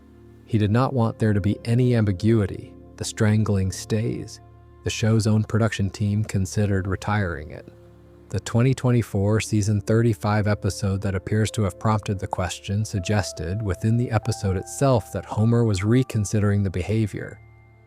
And then James L. Brooks, who is one of the people most responsible for what The Simpsons is, said, "No, we are not changing anything. This is documented. This is in interviews.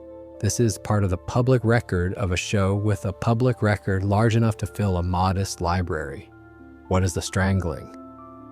The answer the show has given across 35 seasons and multiple explicit examinations of it is that it is a parenting failure that the show frames as a comedy beat. It is Homer's hands on Bart's throat. It is a physical response to frustration. It is something a 10-year-old child has experienced consistently throughout his entire childhood in the family home. It is something a judge cited when she ruled that Bart had sufficient cause to leave. The show knows what it is. The season 22 episode was produced by people who understood exactly what Homer strangling Bart means outside the comedy frame. Dr. Xander's alarm is not performed for laughs. The Kareem Abdul-Jabbar roleplay is not a punchline. The episode is genuinely trying to address something that the show has been doing in the background for 2 decades, and the conclusion it reaches after 22 minutes of good faith effort is that without the strangling, nothing works. The system that is the Simpson family household operates on a dynamic that the strangling is part of, and removing it creates different problems, and the different problems are also bad, and Dr. Xander, who is doing his best, ends up straining Bart's neck in a therapeutic context. This is a comedy. It is supposed to be funny. Much of it is funny. But the architecture underneath the comedy is worth naming. Homer strangles Bart because Homer does not know how to be a father in the face of genuine frustration, and because Springfield does not have a functioning child protective services that responds to the cartoon version of events, and because the show needs a recurring physical gag that reliably gets a laugh. and because the laugh makes it possible to not think about what it is, but we are thinking about it tonight. And what it is, stripped of the sound effect and the timing and the 35 years of accumulated affection that viewers have for Homer Simpson, is a man putting his hands on his child's throat when he is angry. That is the thing that the Simpsons mega fact sheet, cited and cross-referenced and verified against multiple independent sources, tells us is not being retired. Before we move to the last section of tonight, there is one more episode that belongs in this accounting. One more documented moment in Homer Simpson's career that has not been addressed, and that sits, if you look at it directly, as a kind of summary of what kind of person Homer is when he is operating at his worst. Season 12, Episode 5, Homer versus Dignity, aired November 26th, 2000. The episode in which Mr. Burns, in having discovered that Homer needs money urgently, offers to pay Homer to humiliate himself on demand. Burns calls Homer his prank monkey. Homer accepts. The show presents this as a comedy about Homer's lack of dignity, but what the episode actually documents is something slightly different. It documents the price Homer's self-regard can be purchased at, and what can be done with a man whose self-regard is purchasable. Burns makes Homer throw pudding at an old woman in exchange for cash. Burns has Homer dye himself brown and throw peanuts at children in a zoo display while dressed as an animal. Burns arranges for Homer to be dressed as a panda at an actual zoo, where Homer is placed in an enclosure and a male panda becomes confused about Homer's identity and drags him into a cave. The episode is not ambiguous about what happens next. Burns's companion provides a commentary. Homer emerges. The episode continues. This moment is, by the show's own standards and by the standards of its critical reception, widely considered one of the lowest points in the series' history. It appears on lists of the worst Simpsons episodes. It is cited as the moment where the show became willing to use gross-out shock content in the place of character-based comedy. It is described with some regularity as the point where a certain kind of Simpsons ended and a different kind began. It is in the show's canon. It happened. Homer accepted the arrangement. He went to the zoo. He got into the enclosure. He emerged. He cashed the check. The episode does give Homer a redemptive moment. At the Thanksgiving parade, Burns tells Homer to throw fish guts on Marge, which is where Homer's capitulation to Burns ends. He refuses. He throws the fish guts at Burns instead. He walks away from the arrangement. He chooses Marge over the money at the last moment, and the music cues and the episode ends on a note that is meant to restore some of what the preceding 22 minutes spent down. But the preceding 22 minutes happened. The pudding and the panda and the old woman in the street and the check that Homer cashed. Those are in the record. What they tell you is not that Homer Simpson is without goodness. He has goodness. He protected Marge. He walked away. The refusal was real. What they tell you is that Homer Simpson's goodness has a price, and the price is set by whatever is most immediately pressing at the moment of the choice. When the choice was between money he needed and being thrown into a panda enclosure, he made one choice. When the choice was between money he needed and humiliating his wife publicly, he made a different choice. There is no consistent principle under the choices. There is just Homer Simpson in the moment, assessing what the moment requires and giving whatever the moment can squeeze out of him. Sometimes the moment squeezes out something genuine and decent and warm. Sometimes it squeezes out someone running away from a hospital corridor. Sometimes it squeezes out someone who chose to stay in a panda enclosure because the check was right. This is what 35 seasons of documentation looks like when you slow it down and read it as a document. Homer Simpson is not a villain. He is not a monster. He is not a bad person in the way that requires malice or planning or deliberate harm as a goal. He is something the show has never quite named directly, something that the laugh track and the closing music and the weekly reset make it easy to not name. He is a man whose love for the people around him is real and whose capacity to act on that love is consistently and reliably overwhelmed by whatever is pressing on him most urgently in the moment. He loves Grandpa. His kidneys exploded. He loves Marge. He spent her secrets for applause. He loves Springfield. He buried it in garbage. He loves his job. He put a bird at the keyboard and went to the movies. He loves Bart. He has been putting his hands around his son's neck for 35 years. All of these things are true simultaneously. This is what the show has been showing you. As the love is there, the love is real. And the love is not enough to overcome the other thing, the operating system underneath, the mechanism that chooses comfort and approval and avoidance over whatever it would cost to do the right thing in the moment it needs to be done. Homer Simpson is still on television. He will be on television as of the current production schedule through at least season 40. The couch will be there. Marge will be in the kitchen. The kids will come home from school. The nuclear plant will be operating. The garbage in Springfield's current location, 5 miles from the original location, will need to be taken out sometime this week. Someone will need to remember to get it to the curb before the truck comes. We have spent most of tonight with Homer's relationship with Bart, and with the ways that relationship has been documented in court records and therapy sessions, and the recurring physical habit that James L. Brooks confirmed is not going away. But there is another child in the Simpson household, and Homer's relationship with her is a different kind of failure, quieter, less documented in specific incidents, but present in the show's background across every season, in the space between the episodes, in the way Homer looks at his daughter and the way his daughter looks back. Lisa Simpson is 8 years old. She's a saxophone player of considerable talent. She is a Buddhist. She became a vegetarian in season 7, episode 5, titled Lisa the Vegetarian. First aired October 15th, 1995. The episode was written by David S. Cohen and directed by Mark Kirkland, and it features Paul and Linda McCartney in guest roles. Lisa's vegetarianism is one of the show's few genuine continuity commitments. She has remained vegetarian across every subsequent season. The show honors this. It is, in its own small way, evidence that the writers respect something about who Lisa is and are willing to maintain it even when it creates production complications. Homer does not understand Lisa.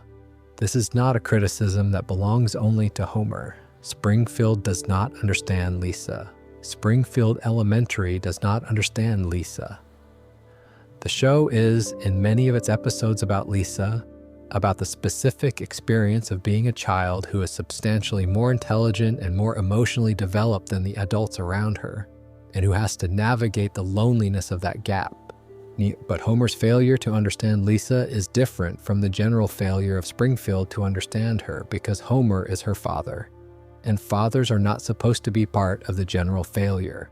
They are supposed to be in the architecture of a child's emotional development. The specific person who sees the child clearly when the general world does not. Who looks past what Lisa does not have in common with everyone else and finds, in the difference, something worth defending. Homer does not do this reliably. The show documents this in episodes spread across many seasons, quietly, without building toward a single definitive confrontation. There is no moment where Homer abandons Lisa the way he abandoned Grandpa's kidney transplant.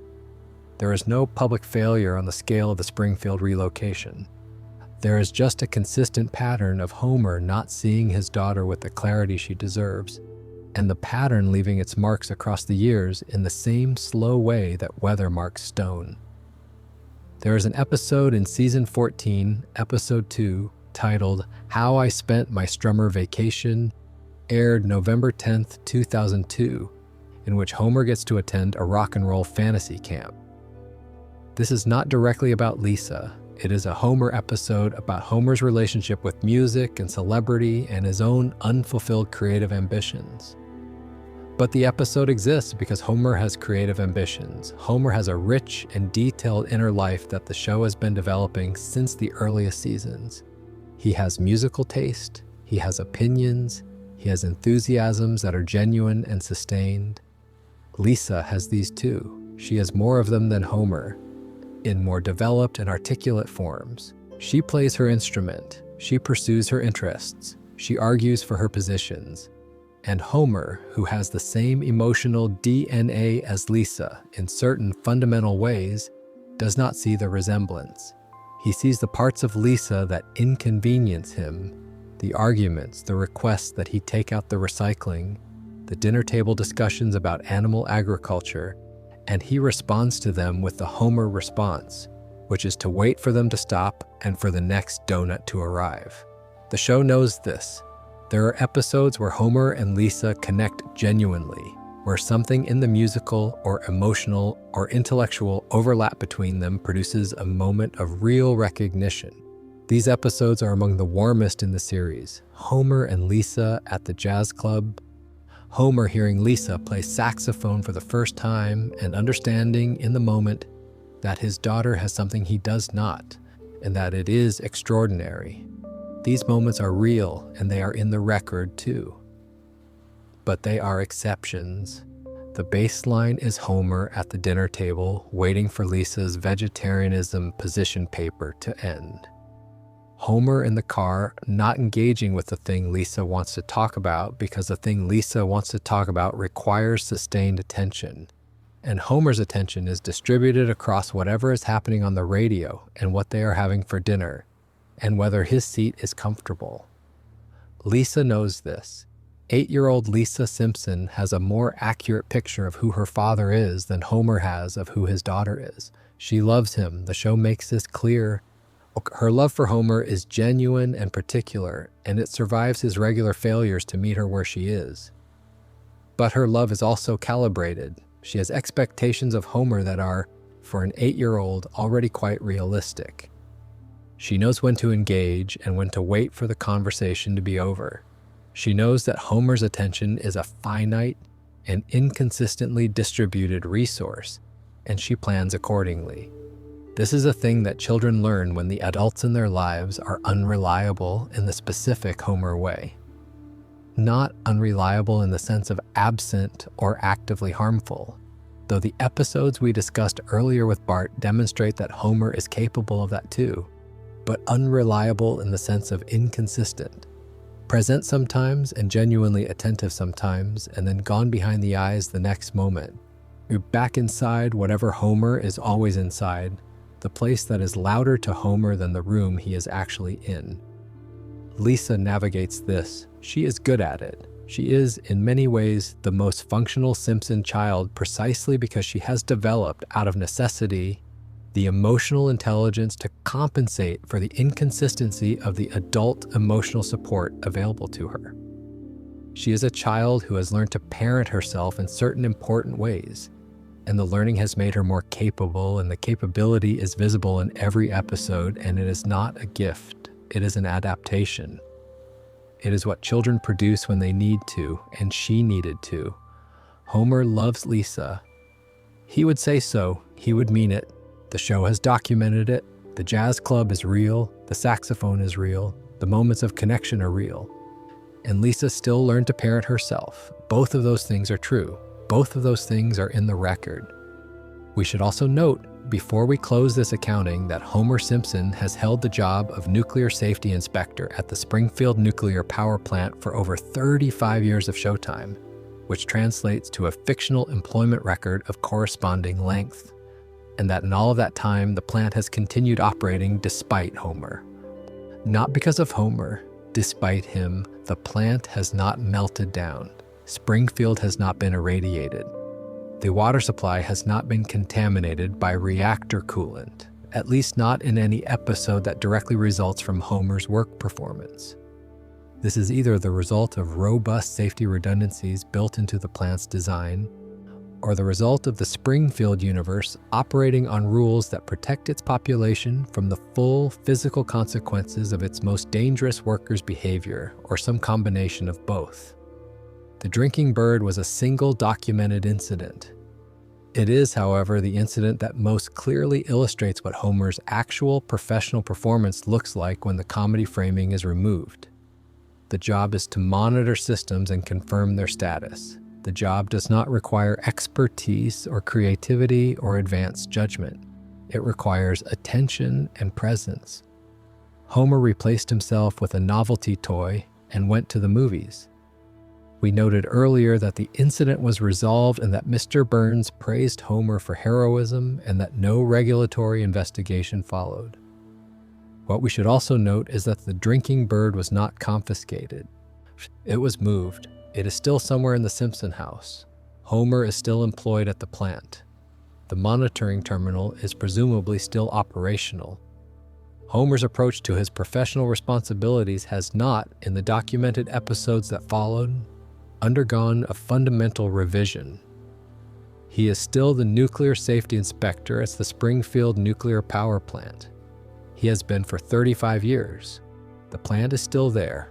Springfield is 5 miles from where it used to be, but the plant is still running.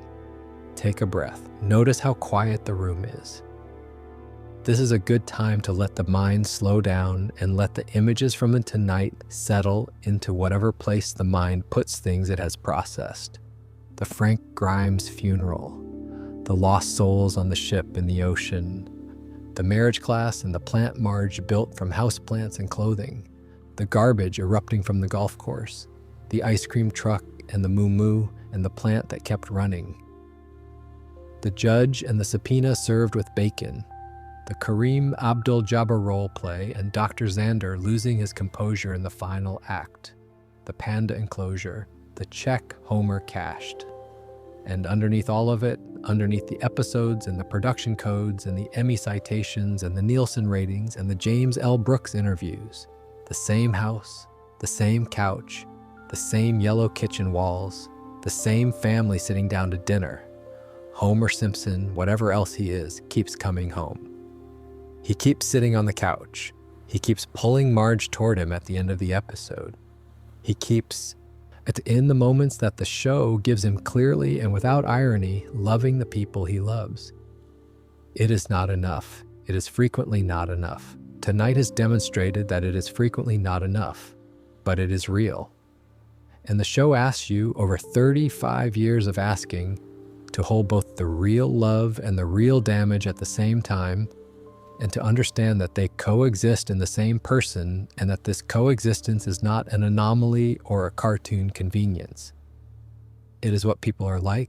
It is what the people around you are like. It is what you are like on some days in some corridors with some doors that cost something standing in front of you. The show has been telling you this for 35 years. It has been telling you this through Homer Simpson, the man who loves his family and buries the town, who loves his father and runs from the surgery, who loves his wife and spends her secrets for a class that could not have liked him as much as he needed them to. The love is real. The exits are real. Both of them are in the record. Now let the record rest. There is a version of tonight that ends right there, at the garbage truck, at the reminder that someone needs to take out the trash at 742 Evergreen Terrace before the truck pulls away. Because Homer will not do it, and because the last time the trash was not taken out, it started a chain of events that culminated in an entire American town being relocated to a different geographic location. But the version of tonight that ends there is not the whole version, because when you have spent this much time with Homer Simpson, when you have followed the thread from the Frank Grimes funeral all the way to the panda enclosure, and the Kareem Abdul-Jabbar role play and the mine shaft full of garbage, you start to see something else, something that the episodes individually are not quite trying to show you, but that they cannot help but show you anyway when you put them next to each other and look at them steadily. Homer Simpson is, in the vocabulary of psychology that the show would never use, a character study in avoidant attachment. That phrase is more clinical than the show deserves, and less warm than Homer deserves, so let me say it differently. Homer Simpson is a man who is not well loved in the ways that a child needs to be well loved, and who grew up into the specific kind of adult that produces someone who loves intensely and erratically, and who flinches every time from the sustained cost of loving consistently. Grandpa Simpson is alive in the episodes we talked about tonight. He lives at the Springfield Retirement Castle, which is a place that Homer put him.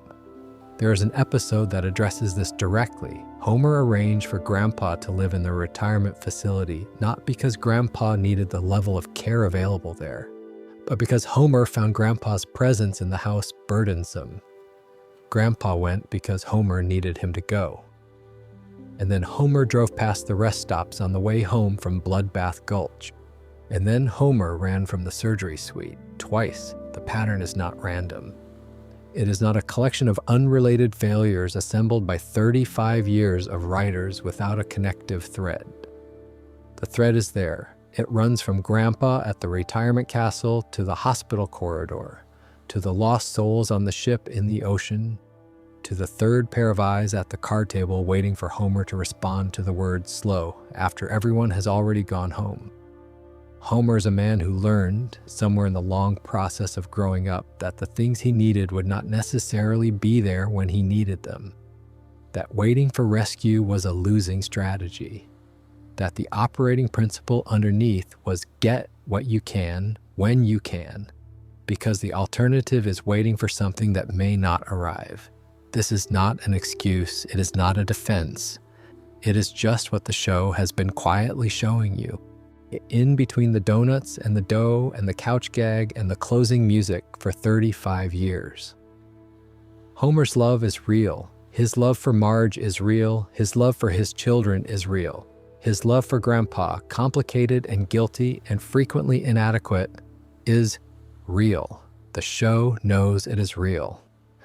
The episodes that end with the string music and the reconciliation are not lying to you.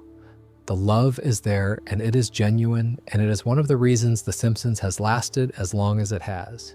You do not watch a family for 35 years if you do not believe in the family's love for each other.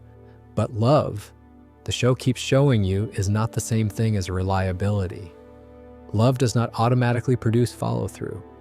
Love does not override the mechanism that turns Homer away from the surgical suite. Love does not stop the garbage truck. Love does not tell you to buy Marge a birthday present that is actually for Marge and not for yourself. Love, when it lives in someone whose relationship with cost is as complicated as Homer's, produces a kind of affection that is warm and present and consistent right up until the moment it needs to spend something, and then it looks for the exit. Marge has been finding this exit for over 30 years. The show does not say this plainly. Marge does not give speeches about it. She forgives. She adapts. She calls her mother sometimes. She has a voice that the show has always rendered as something between patience and weariness, not performed weariness, not theatrical long-suffering, but the specific tiredness of someone who has decided that the thing she has is worth what it costs, and who makes that decision again quietly in the morning, before Homer wakes up. The version of Marge that the show does not always protect is the version who knows exactly what Homer is and has decided that this is still the life she wants. She is not a victim. She is not deceived. She has watched Homer run from the hospital. She has watched him bury the town. She was there for the marriage class. She got the call from the judge about the emancipation. She has adjusted. She has accommodated. She has continued. There is something in Marge's persistence that the show treats as love, and it is love, but it is also something else. It is the knowledge that Springfield without Homer would be quieter and more manageable, and substantially less likely to get relocated 5 miles down the road, but it would also be less warm, less loud, less full of the specific energy that Homer brings into a room, which is the energy of someone who's going to do something today that no one anticipated and that everyone will be talking about tomorrow. Homer Simpson is exhausting. He is exhausting in the way that forces of nature are exhausting. You do not argue with him.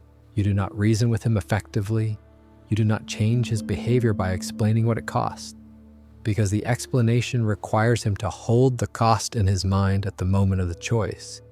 And Homer's mind, in the moment of the choice, is occupied by something else. The donut, the crowd laughing, the schedule, the drinking bird on the keyboard. The show's genius, and it is a genius that the show earns over and over again across its best seasons, is that it makes Homer legible without making him sympathetic in the simple sense. You understand Homer. You understand why he is the way he is. You can trace the mechanism. And the understanding does not make him less damaging. It just makes him human. It makes him recognizable. It makes him the person you have known, or the person who is still in your life, or the person you see in the mirror on the days when you catch yourself doing the Homer thing, which is the thing where you assess the cost and you look for the exit. Everyone does the Homer thing sometimes. The show has always known this. That is why it ran for 35 years. That is why Frank Grimes resonates. Because everyone who has ever worked hard and done everything correctly has encountered someone whose success is disproportionate to their effort, took and felt the Frank Grimes feeling and had to decide what to do with it.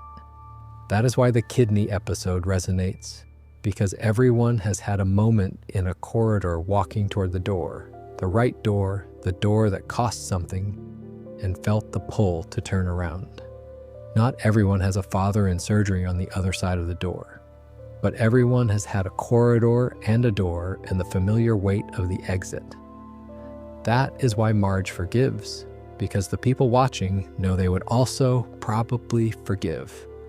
Not because Homer deserves it in any transactional sense, but because the love is real and the alternative is the treehouse and the plant Marge and the 24 hours of unraveling. And because the honest answer, given the choice between the right thing and the thing they already have, Kif will choose the thing they already have and tell themselves the right thing will come later. Tonight we told 7 stories. Every story is verified. Every episode title is real. Every production code exists. Every air date and Nielsen rating and Emmy citation is in the record. The Frank Grimes funeral is in the record. The ship of lost souls that threw Homer overboard is in the record. The marriage class and the letter to the sanitation commissioner and the drinking bird and the judge's ruling and the panda enclosure are all in the record. James L. Brooks said the strangling is not being retired. That is also in the record. What the record shows across 35 seasons and over 700 episodes is a man who has caused more documented damage to his own family and community than almost any fictional character in television history, who has faced accountability so rarely that the exceptions are remarkable, and who has been loved persistently and genuinely by the people he has damaged most. Marge Simpson has been married to Homer Simpson for as long as the show has existed. Her love is not naive. It is not blind. It is not the love of someone who does not see the exits Homer takes, and the corridors he turns around in, and the garbage he buries under the town. She sees them. She has called them by their names in the episodes that let her speak plainly. She told him in the episode about the soapbox Darby car, and that she had been defending him to everyone who said he was a terrible father, and that she had been wrong and everyone else had been right. She said those words. They are in the record. And she stayed. And the next morning was a morning at 742 Evergreen Terrace. And the kids went to school and Homer went to work and Springfield continued. This is the show's central act of faith. Not that Homer will change. Not that the damage will be undone. Not that the garbage will eventually stop erupting or that the surgical suite will be reached the 3rd time around. The central act of faith is that the family persists. That love, inconsistent and costly and frequently inadequate, is still love. That the house at the end of the street with the yellow kitchen walls is still a home. That the couch is still there. Sure, that Marge is still there. That the music at the end of the episode is not lying to you when it plays. The Simpsons began airing on December 17th, 1989. It has been renewed as of the most recent available production information through season 40. This means that Homer Simpson will be putting his hands on Bart's neck and running from surgical suites and burying garbage and betraying Marge's trust and not stopping for rest stops on road trips through at least the early years of the 2020s. The mechanism will keep going, the exits will keep presenting themselves, Homer will keep taking them, and the couch will be there. And the family will be there, and the town will be there, or at least the current version of the town will be there, 5 miles from the original location. So rebuilt and repopulated and functioning, with a sanitation department run by Ray Patterson, who is not going to let any of that happen again. It is late now, or early, depending on how you count the hours. The light is gone and the house is quiet, and somewhere in the distance, Springfield is doing the thing it does between episodes, which is existing in a state of suspended readiness, waiting for the next plot to arrive, waiting for the next choice Homer will have to make, knowing that the choice will probably go the way it usually goes, and that the consequences will probably arrive in a form the episode needs to resolve before the credits roll. The music will play. Homer will do something wrong. Something will nearly go catastrophically wrong. Something will be saved at the last moment, sometimes by Homer, sometimes in spite of Homer, and sometimes by Marge or Lisa or Bart, or the general resilience of a fictional town that has been absorbing Homer Simpson for 35 years and still has its lights on. That's enough for tonight. That is more than enough, actually. We have covered the full distance from season 5 to season 35. We have been to Bloodbath Gulch and back. We have been in the hospital corridor and on the ship of lost souls and in the sanitation commissioner's office and in the treehouse and in the courtroom and in Dr. Xander's therapy session and in the panda enclosure and in the ice cream truck racing toward the nuclear plant. Every stop on this route was real. Every episode is available to watch. Every detail was drawn from the show's own production record and from the critics and archivists and episode databases that have been documenting The Simpsons since the beginning. None of it changes what the show is. The show is a comedy about a family. It is, in the best seasons and the best episodes, one of the most emotionally precise and technically brilliant pieces of television ever made. The worst things Homer has done live inside a show that also contains some of the warmest and funniest and most human storytelling in the history of the medium. Both things are true. Homer is the man who ran from the surgical suite, and Homer is the man who, at the end of Homer's Enemy, fell asleep at Frank Grimes' funeral and made the congregation laugh. And the congregation's laughter is genuinely funny, and Homer's obliviousness is genuinely funny, and Frank Grimes is still dead. Both things are true, and the show holds both things simultaneously and does not blink. That is what the best television does. It holds the complicated thing without flinching and without resolving it artificially and without telling you how to feel about it. How you feel about Homer Simpson after tonight is your own business. You can love him the way Marge loves him, knowing everything and choosing to stay. You can feel the Frank Grimes feeling watching someone receive what they did not earn while someone else did everything right. You can sit in the hospital corridor with him and recognize the mechanism and understand it, and still wish he had gone through the door. You can do all of those things, and the show will hold all of them because the show is large enough to hold all of them. 35 years of a couch and a yellow kitchen and a nuclear plant and a town that gets moved sometimes. Large enough. Rest now. The couch is yellow. The kitchen walls are that specific white. The kids are home from school. Homer is somewhere in the house making a choice that will need to be resolved before the credits roll.